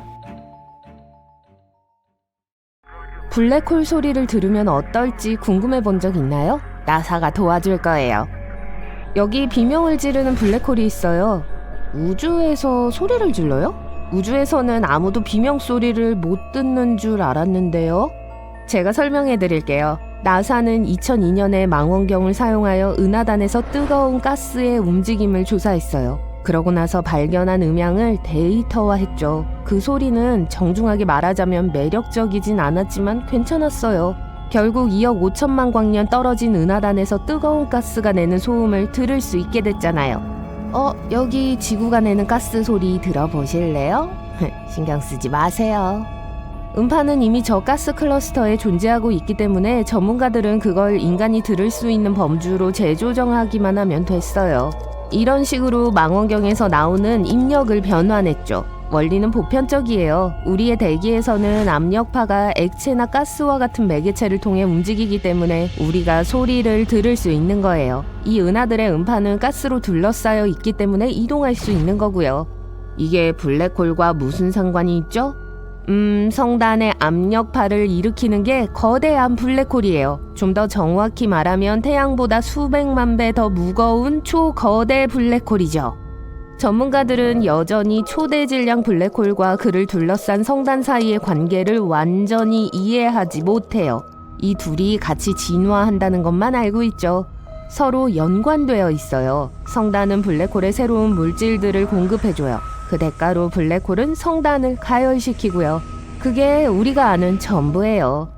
자, 이걸로 전 제일 큰 블랙홀이 얼마나 큰지 궁금해졌어요. 블랙홀에는 4가지 종류가 있어요. 항성, 중간질량, 초대질량, 그리고 미니어처요. 당연히 가장 큰 것들은 초대질량의 범주에 속해요. 지금까지 우리가 발견한 우주에서 가장 큰 블랙홀은 태양보다 약 660억 배 커요. 우주에서 가장 밝은 물체 중 하나죠. 천문학자들은 계속해서 우주를 스캔하고 새로운 블랙홀을 찾고 있어요. 하지만 언제 최초의 블랙홀이 발견되었는지 궁금해 보신 적 있나요? 1971년에 다양한 연구원들에 의해 독립적으로 발견되었어요. 과학자들은 처음에 이 물체들이 거대한 별들의 잔해로부터 형성되었다는 걸 확인했어요. 블랙홀이 나타난 후 그게 근처의 모든 물체들을 먹어치웠죠. 여기 이 우주 물체들이 어떻게 작용하는지에 대해 간단히 요약해 드릴게요. 이것의 중력은 아주 강해요. 사건의 지평선을 넘은 후에는 아무것도 블랙홀을 벗어날 수 없어요. 블랙홀이 모든 걸 먹어치워요. 저처럼요. 아무튼 심지어 빛도 그 안에 갇혀요. 더 멋지면서 무서운 건 거기서는 시간과 공간의 법칙이 왜곡된다는 거예요. 만약 여러분이 블랙홀에 빠진다면 시간이 그곳에서 느려진다는 걸 알 수 있을 거예요. 아인슈타인은 그의 유명한 일반 상대성 이론에서 이걸 설명하고 있어요. 아주 기본적인 용어로 시간은 여러분이 극단적인 속도로 얼마나 빨리 움직이는지에 영향을 받아요. 나사는 빠르게 성장하는 블랙홀을 발견했습니다. 하지만 걱정하지 마세요. 세계가 위험에 처한 게 아니에요. 이 블랙홀은 지금까지 계속 천문학자들의 눈 앞에 있었어요. 잘 연구되어 있는 하늘의 영역에 있죠. 천문학자들은 이 구멍이 빅뱅이 일어난 후 7억 5천만 년 후에 형성되었다고 해요. 아시죠? 우리 우주가 탄생한 때요. 그렇다면 블랙홀은 왜 그렇게 밝을까요? 그건 좀 아이러니하네요. 제가 이 우주 현상을 정의했을 때 블랙홀은 밀도가 너무 높아 빛조차 거기에 갇힌다고 말씀드렸잖아요. 하지만 천체 물리학자에게 물어보면 블랙홀이 우주에서 가장 밝은 물체 중 하나라는 걸 확인해 줄 거예요. 블랙홀은 혼자 존재하지 않기 때문인데요. 은하의 중심에 있고 보통 뜨거운 가스 구름에 둘러싸여 있어요. 그리고 이 구름들이 블랙홀 주변에 우주 아우라를 만들어요. 하지만 블랙홀을 직접 볼 수 없다는 걸 알려드려야겠네요. 여러분이 보는 건 사실 블랙홀이 환경에 미치고 있는 영향이에요. 예를 들어 블랙홀에 의해 우주 물체가 찢기는 것을 볼 수 있죠. 블랙홀의 실루엣 이미지가 최초로 대중과 공유된 2019년 기억하세요? 증거 말이에요, 여러분. 오렌지색 고리가 없다면 사실 블랙홀을 볼 수 없을 거예요. 왜 고리가 녹색이나 보라색이 아니라 주황색일까요? 내부의 어두운 원은 블랙홀의 그림자예요. 이미지에서 밝게 빛나는 고리의 오렌지색은 가스의 실제 색깔이 아니에요. 좀 속상하네요. 이건 연구원들이 배출물의 밝기를 묘사하기 위해 선택한 표현이에요. 한 과학자는 이렇게 설명해요. 노란색은 가장 강렬한 방출이고 빨간색은 덜 강렬하며 검은색은 방출이 거의 없거나 전혀 없는 겁니다. 광학적 범위에서 이 고리는 아마 파란색이나 빨간색으로 물든 흰색으로 보일 거예요. 스파게티화라는 단어는 진짜예요. 블랙홀이 가진 놀라운 능력이죠. 만약 기린이 블랙홀에 빠진다면 스파게티처럼 긴 가닥으로 뻗어나가게 될 거예요. 지구에서 기린의 다리는 지구의 중심에 더 가까이 있어요. 그래서 기린의 머리보다 표면에 더 강하게 끌리죠. 이 규칙은 지구에서는 동물에게 유리하게 작용하지만 블랙홀 안에서는 반대로 작용할 거예요.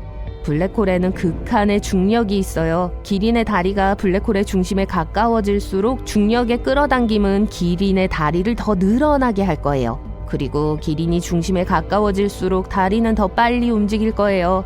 하지만 기린의 상반신은 더 멀리 떨어져 있어서 다리만큼 빠르게 중앙으로 이동하지 않을 거예요. 여기서 스파게티화가 나오죠. 미트볼도 같이 먹을 수 있나요? 싫으세요? 블랙홀과 우리 태양의 유일한 차이점은 그 구멍의 중심이 초밀도 물질로 이루어져 있다는 거예요. 그게 빛을 포함한 모든 걸 가둘 수 있는 강력한 중력장을 블랙홀에게 제공해요. 그래서 우린 블랙홀을 볼 수 없는 거예요. 여러분은 이론적으로 무엇이든 블랙홀로 만들 수 있다는 걸 알고 있나요? 예를 들어 만약 태양의 지름을 약 6km로 줄인다면 내부의 물질은 극도로 작은 크기로 압축될 거예요. 그게 너무 밀도가 높아서 우리의 별이 블랙홀로 변할 정도예요. 행성이나 심지어 여러분의 몸으로도 같은 걸 알 수 있어요. 화이트홀이라고 불리는 게 있을까요? 아니면 그냥 신화일까요? 화이트홀은 이론적으로는 존재해요. 가설적으로 블랙홀과 반대로 작용해요. 아무것도 들어갈 수 없죠. 물리학자들은 블랙홀과 화이트홀을 음과 양 또는 동전의 양면으로 생각해요. 그들에게는 화이트홀이 다른 것들을 내뱉는 블랙홀과 똑같아요. 하지만 화이트홀의 존재는 아직 증명되지 않았습니다. 웜홀은요? 블랙홀과 웜홀에 관한 영화들이 아주 많아요. 그중 현실에 기반을 둔 건 몇 개고 소설은 몇 개일까요? 어떤 사람들은 블랙홀이 웜홀처럼 작동한다고 믿어요. 그 안으로 들어가서 우주의 다른 부분으로 빠져나가는 거죠. 우리가 아직 물리학에 대해 배우고 발견해야 할 게 많기 때문에 아무도 이 이론이 틀렸다거나 옳다는 걸 증명할 수는 없어요. 전체 물리학에서는 일반 상대성 이론과 양자역학을 통합하는 확고한 이론이 필요하다고 말합니다.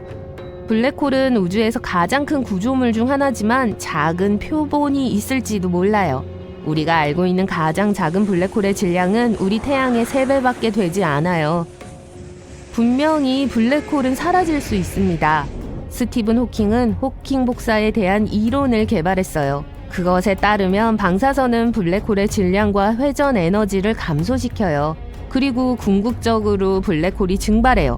하지만 이 과정은 아주 느리게 일어나요. 작은 블랙홀에 대해 이야기하는 게 아니라면 말이죠. 천문학자들은 이웃 은하에서 종잡을 수 없는 블랙홀을 발견했어요. 이게 특별한 건 우리 은하밖에 최초의 휴면 상태의 항성 블랙홀이라는 사실 때문이에요. 이러한 유형의 블랙홀은 환경과 많은 상호작용을 하지 않기 때문에 관찰하기 어려워요. 다른 블랙홀들만큼 많은 방사선을 방출하지 않죠. 그럼 지구로 돌아와서 싱크홀은요? 그건 다른 물리학이네요. 하지만 사건의 지평선을 넘으면 차 전체가 사라질 수 있어요. 이런.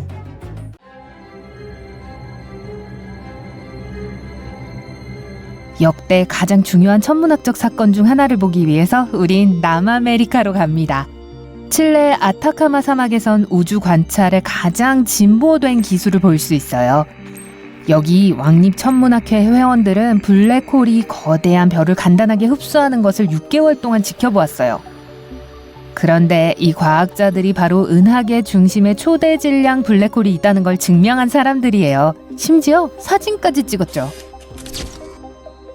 역사상 처음으로 이 놀라운 사건은 지구에서 매우 가까운 곳에서 일어났어요. 뭐 어쨌든 천문학적으로 볼 때 2억 1,500만 광년의 거리는 꽤 가까운 것으로 간주되죠.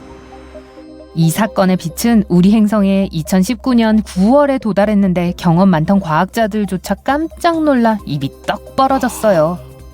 너비가 약 139만 킬로미터인 우리 태양 크기의 별을 상상해보세요.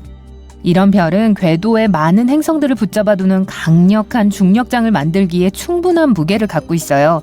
그리고 이제 그 옆에 거대한 블랙홀을 더 봅시다. 블랙홀은 완전 검고 원반 모양이며 무게는 이 별보다 10억 배 더 나갑니다. 이 중력장의 힘은 엄청나요. 아무것도 이것의 중력에서 벗어날 수 없죠. 빛의 속도로 움직일 수 있는 물체도 여전히 이 검은 심연 속으로 떨어질 거예요. 빛 그 자체도 이 경계를 벗어날 수 없죠. 별이 블랙홀의 중력장에 들어가는 순간 가망은 없어져요.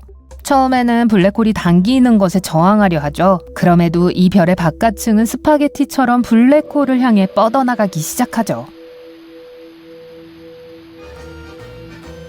이것은 강력한 끌어당기는 힘 때문에 일어나요. 블랙홀을 향해 손을 뻗을 기회가 생긴다면 손가락이 늘어나고 길어지는 것을 볼 수 있을 거예요. 이건 길이에 따라 끌어당기는 힘이 커지기 때문이에요. 그러니 팔보다 손가락에 더 강하게 작용되죠. 그래서 블랙홀이 물체를 끌어당기는 이 과정을 스파게티화라고 합니다. 가장 먼저 블랙홀에 빨려 들어가는 건 별의 왕관이에요. 이것은 뜨거운 플라즈마로 이루어진 별의 바깥쪽 껍질이에요. 여러분은 별의 크기가 줄어들기 시작하는 걸 보게 될 거예요. 그건 그 플라즈마가 가시광선의 대부분을 차지하고 있기 때문이죠. 이 뜨거운 플라즈마 스파게티가 블랙홀에 도달하면 원반 가장자리에 남아 블랙홀의 궤도를 계속 돌고 있는 것처럼 보일 수 있어요. 하지만 사실 더 이상 되돌릴 수 없어요. 별의 입자들은 이미 어두운 심연의 사건의 지평선에 닿았어요. 블랙홀의 중력장은 가장자리에 빛을 휘게 하기 때문에 사건의 지평선은 관찰자 눈엔 약간 크로아상처럼 보이죠. 아, 음식을 비유한 게 맞네요. 배고파져요. 또 이 고리에 어떤 빛의 입자들이 한 방향으로 움직이고 다른 입자들은 다른 방향으로 움직이는 것처럼 혼란스러운 것도 보게 될 거예요. 이것은 거울 효과 때문에 발생하게 돼요. 하지만 사건의 지평선에 도달하는 것이 무엇이든 조만간 특이점 또는 블랙홀의 검은 진주로 빨려 들어갈 것이라는 걸 확신할 수 있죠. 여러분이 볼 수 있는 또 다른 착각은 사건의 지평선에서 별 입자가 느리게 움직이는 거예요. 사실 블랙홀 같은 초대 질량 물체는 주위의 시공간을 구부립니다. 그리고 물체가 더 거대할수록 그 물체 근처의 시간은 더디게 흐르죠. 블랙홀 옆에 시계를 하나 놔두고 침실 벽에 다른 시계 하나를 놔두면 지구에서 하루가 지나는 동안 블랙홀 옆에 둔 시계의 초침이 거의 움직이지 않는다는 걸 알게 될 거예요. 관찰자인 우리들이 보기에 빛의 입자들이 움직임을 늦춘 것 같아 보이죠. 하지만 사실 이미 오래전에 블랙홀에 흡수된 건지도 몰라요. 이제 붉게 달아오른 플라즈마의 거대한 줄기가 우주로 튀어요. 스파게티 소스처럼요. 블랙홀이 별물질을 흡수하면 초당 약 10,000km 속도의 강력한 에너지 광선을 방출해요. 이런 에너지 방출은 강렬한 섬광을 동반해요. 이 섬광 덕분에 애초에 과학자들이 이 과정을 감지할 수 있었죠. 이 현상은 초신성이 폭발할 때 관찰될 수 있어요. 별물체에 아무것도 남아있지 않을 때 우린 여전히 블랙홀의 사건의 지평선에서 별과 다른 입자들을 볼 수 있어요. 약간 스파게티 위에 뿌려진 파마산 치즈 같죠? 제가 너무 멀리 갔다 싶으면 절 말려주세요. 스파게티화 과정이 완료됐을 때 별무게 절반가량이 먼지와 빛나는 입자로 우주 공간에 던져졌어요. 나머지 반은 완전히 블랙홀에 흡수되었죠.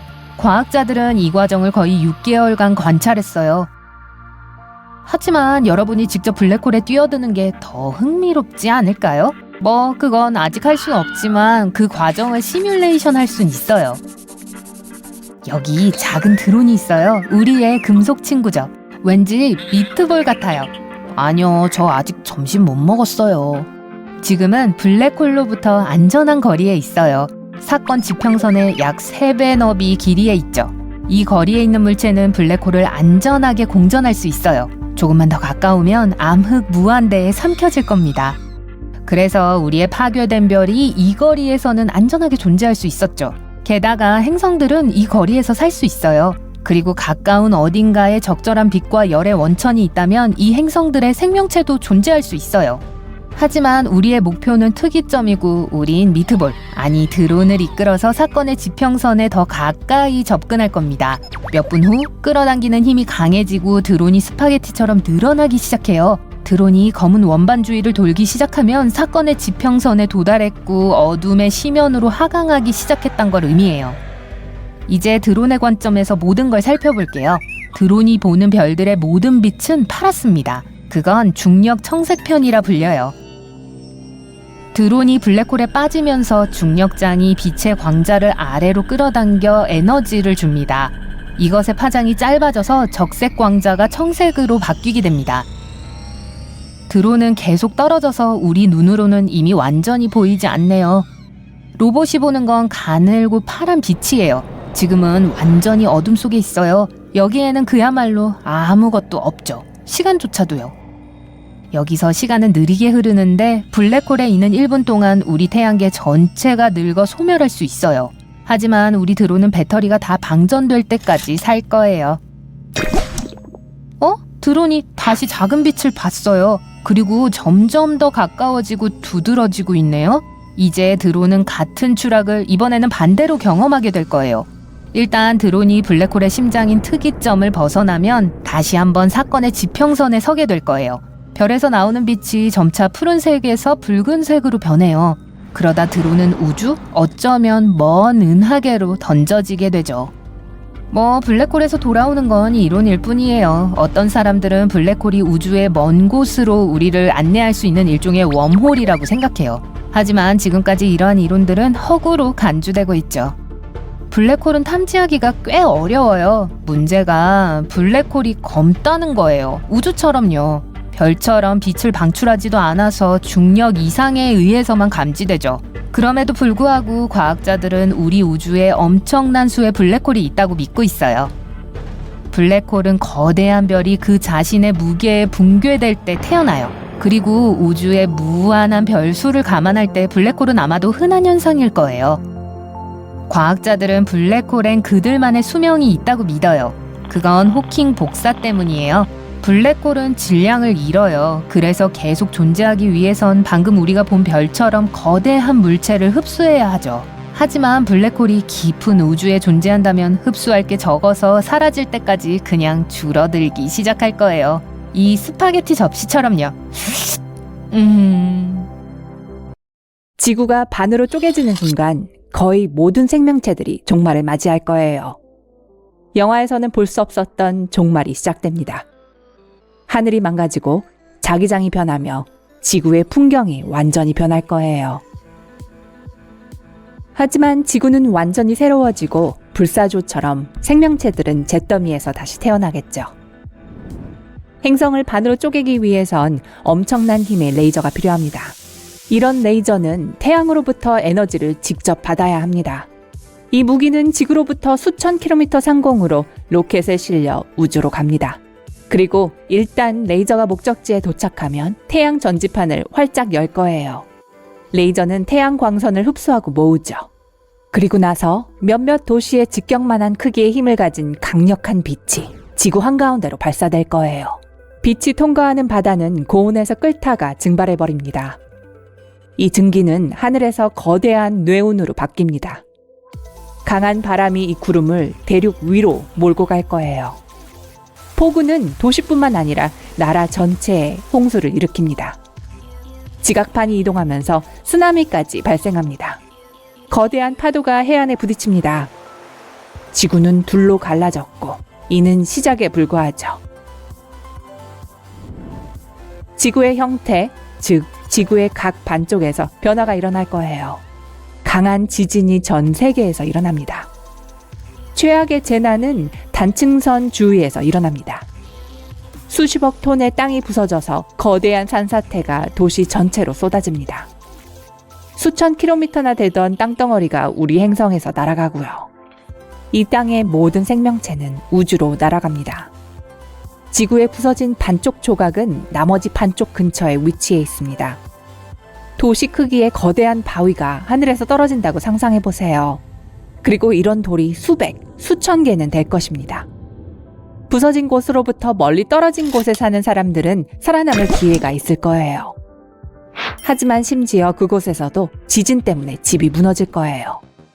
달은 또한 스스로 파편을 던지기 시작할 것입니다. 이 파편은 유성우처럼 지구 반쪽으로 떨어져서 거대한 폭발을 일으킬 것입니다. 이 폭발로 화재가 발생해 하늘은 재로 뒤덮일 것이고 하늘이 가라앉을 때까지 우리는 태양을 볼 수 없을 것입니다. 지구의 두 부분이 서로 떨어져 떠내려가고 있습니다. 지구의 새빨갛게 달아오른 심장은 바로 두 반쪽 가운데에 있습니다. 녹은 금속으로 만들어진 지구의 핵이에요. 핵의 각 절반은 별에 버금가는 에너지를 내뿜습니다. 행성의 두 부분 사이에는 어떤 것도 살아남을 수 없는 뜨거운 공간이 만들어집니다. 이 공간에 떨어지는 건 곧바로 재로 변합니다. 핵의 질량은 지상의 질량보다 훨씬 크기 때문에 중력의 힘이 아주 강합니다. 핵은 가까이 오는 모든 것을 빨아들입니다. 여러분은 지구에서 어떤 곳으로든 이동할 수 없을 거예요. 핵의 중력은 어떤 교통수단도 끌어당길 테니까요. 지구의 각 반쪽은 이제 따로 살아가게 됩니다. 전형적으로는 지구 내 핵은 회전을 하며 지구의 자기장을 만들 겁니다. 이 자기장은 태양과 우주로부터 우리를 보호하는 방패입니다. 만약 이 자기장이 손상되면 태양과 우주 방사선이 대기를 통과할 텐데요. 중심부가 두 부분으로 나뉘기 때문에 지구의 자기장이 불안정해질 겁니다. 지구 양쪽에서 정전이 시작되겠죠. 전자레인지, TV, 주전자, 신호등, 컴퓨터 등 모든 것이 고장날 거예요. 노트북 또는 핸드폰의 화면이 켜지거나 꺼지기 시작하고 영상이 정지될 수도 있고 배터리가 방전되었다가 1초 후에 충전될 수 있습니다. 인공위성은 작동을 멈춥니다. 즉, GPS가 더 이상 작동하지 않습니다. 통신에 사용되는 고주파 전파가 작동을 멈출 텐데, 즉, 전화를 걸거나 문자를 보낼 수 없게 된다는 뜻이죠. 사실 지진 때문에 모든 발전소가 지하로 가라앉거나 침수될 수 있기 때문에 전기가 전혀 없을 수도 있습니다. 어떤 사람들은 강한 태양에 예민해지고 심한 두통을 경험합니다. 자기장이 손상되면 살아남은 사람들과 동물들은 심한 편두통을 겪게 됩니다. 과학자들은 태양으로부터 사람들을 보호하기 위해 특별한 헬멧을 발명해야 할지도 몰라요. 완전한 보호를 위해선 사람들은 지하도시에서 살아야겠죠. 나침반 바늘은 더 이상 북쪽을 가리키지 않습니다. 그저 이리저리 빙글빙글 돌 거예요. 새들은 미쳐버립니다. 더 이상 남쪽이 존재하지 않기 때문에 겨울을 나기 위해 어디로 날아가야 할지 모르거든요. 모든 동물은 이동을 멈춥니다. 하늘에서는 비행기가 날 수 없습니다. 태양으로부터 오는 방사선이 증가했기 때문에 식물과 꽃은 자연적으로 자랄 수 없습니다. 가축의 사료도 형편없습니다. 음식의 품질이 저하되고 기근도 생길 겁니다.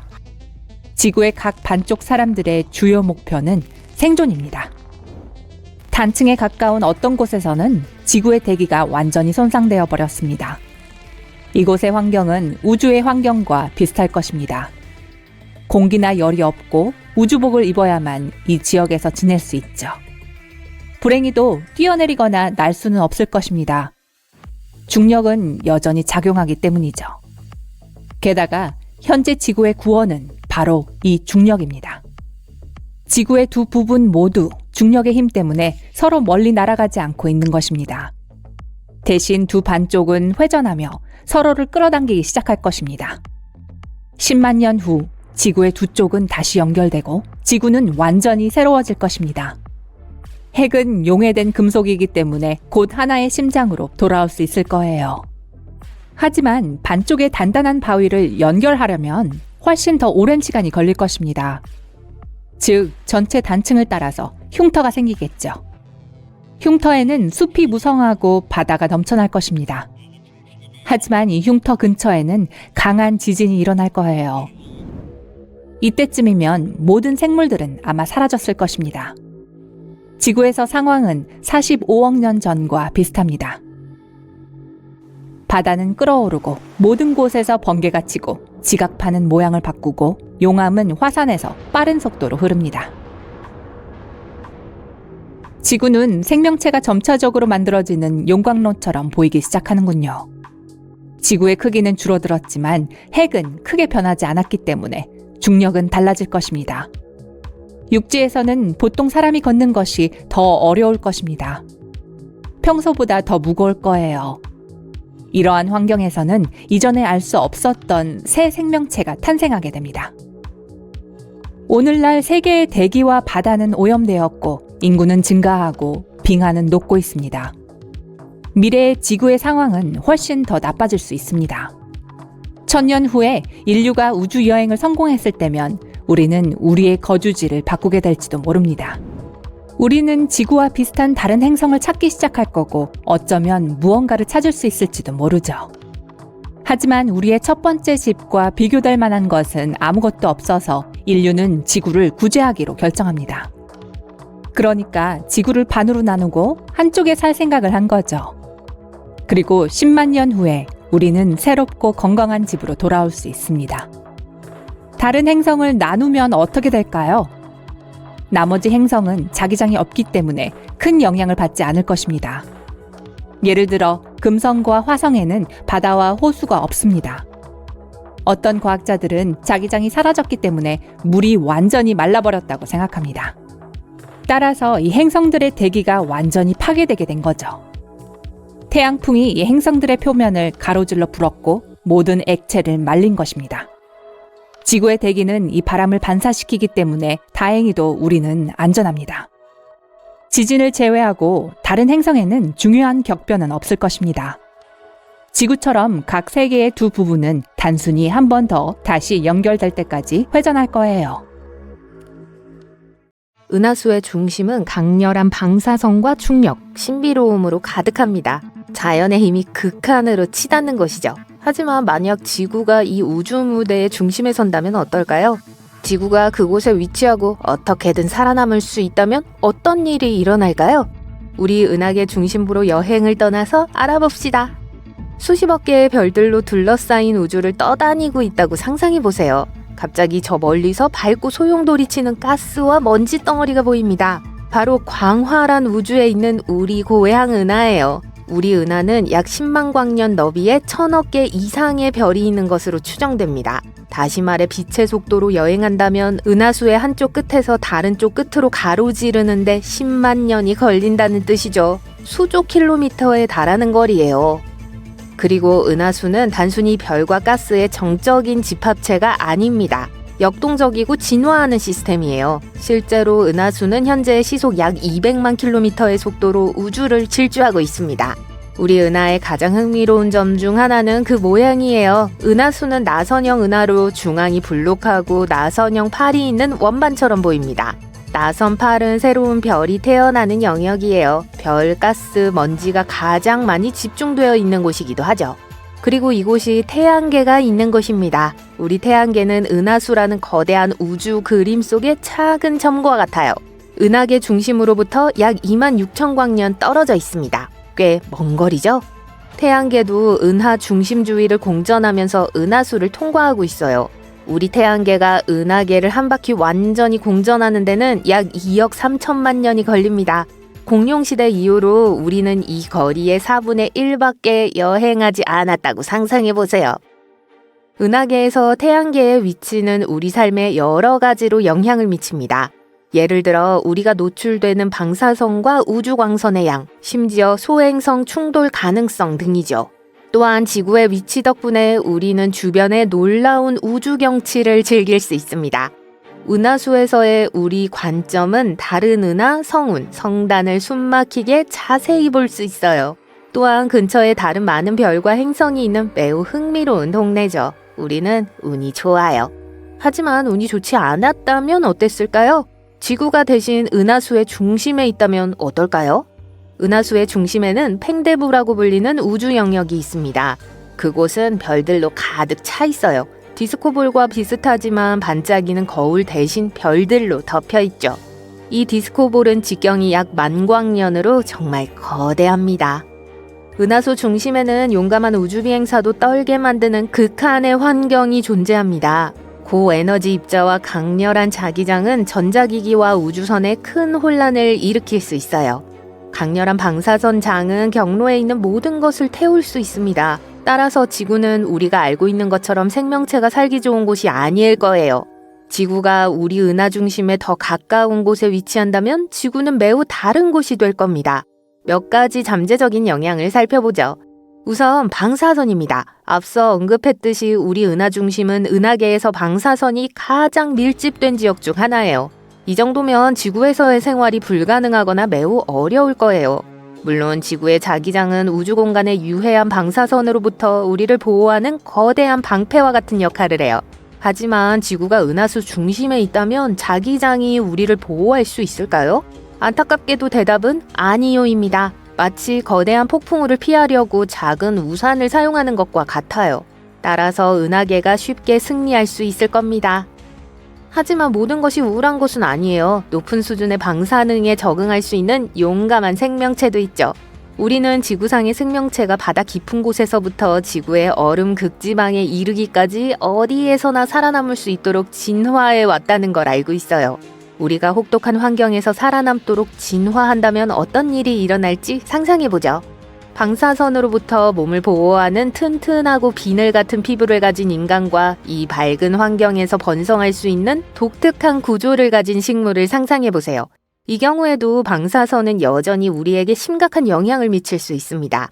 예를 들어 방사선은 DNA 분자를 손상시키고 돌연변이를 일으킬 수 있어요.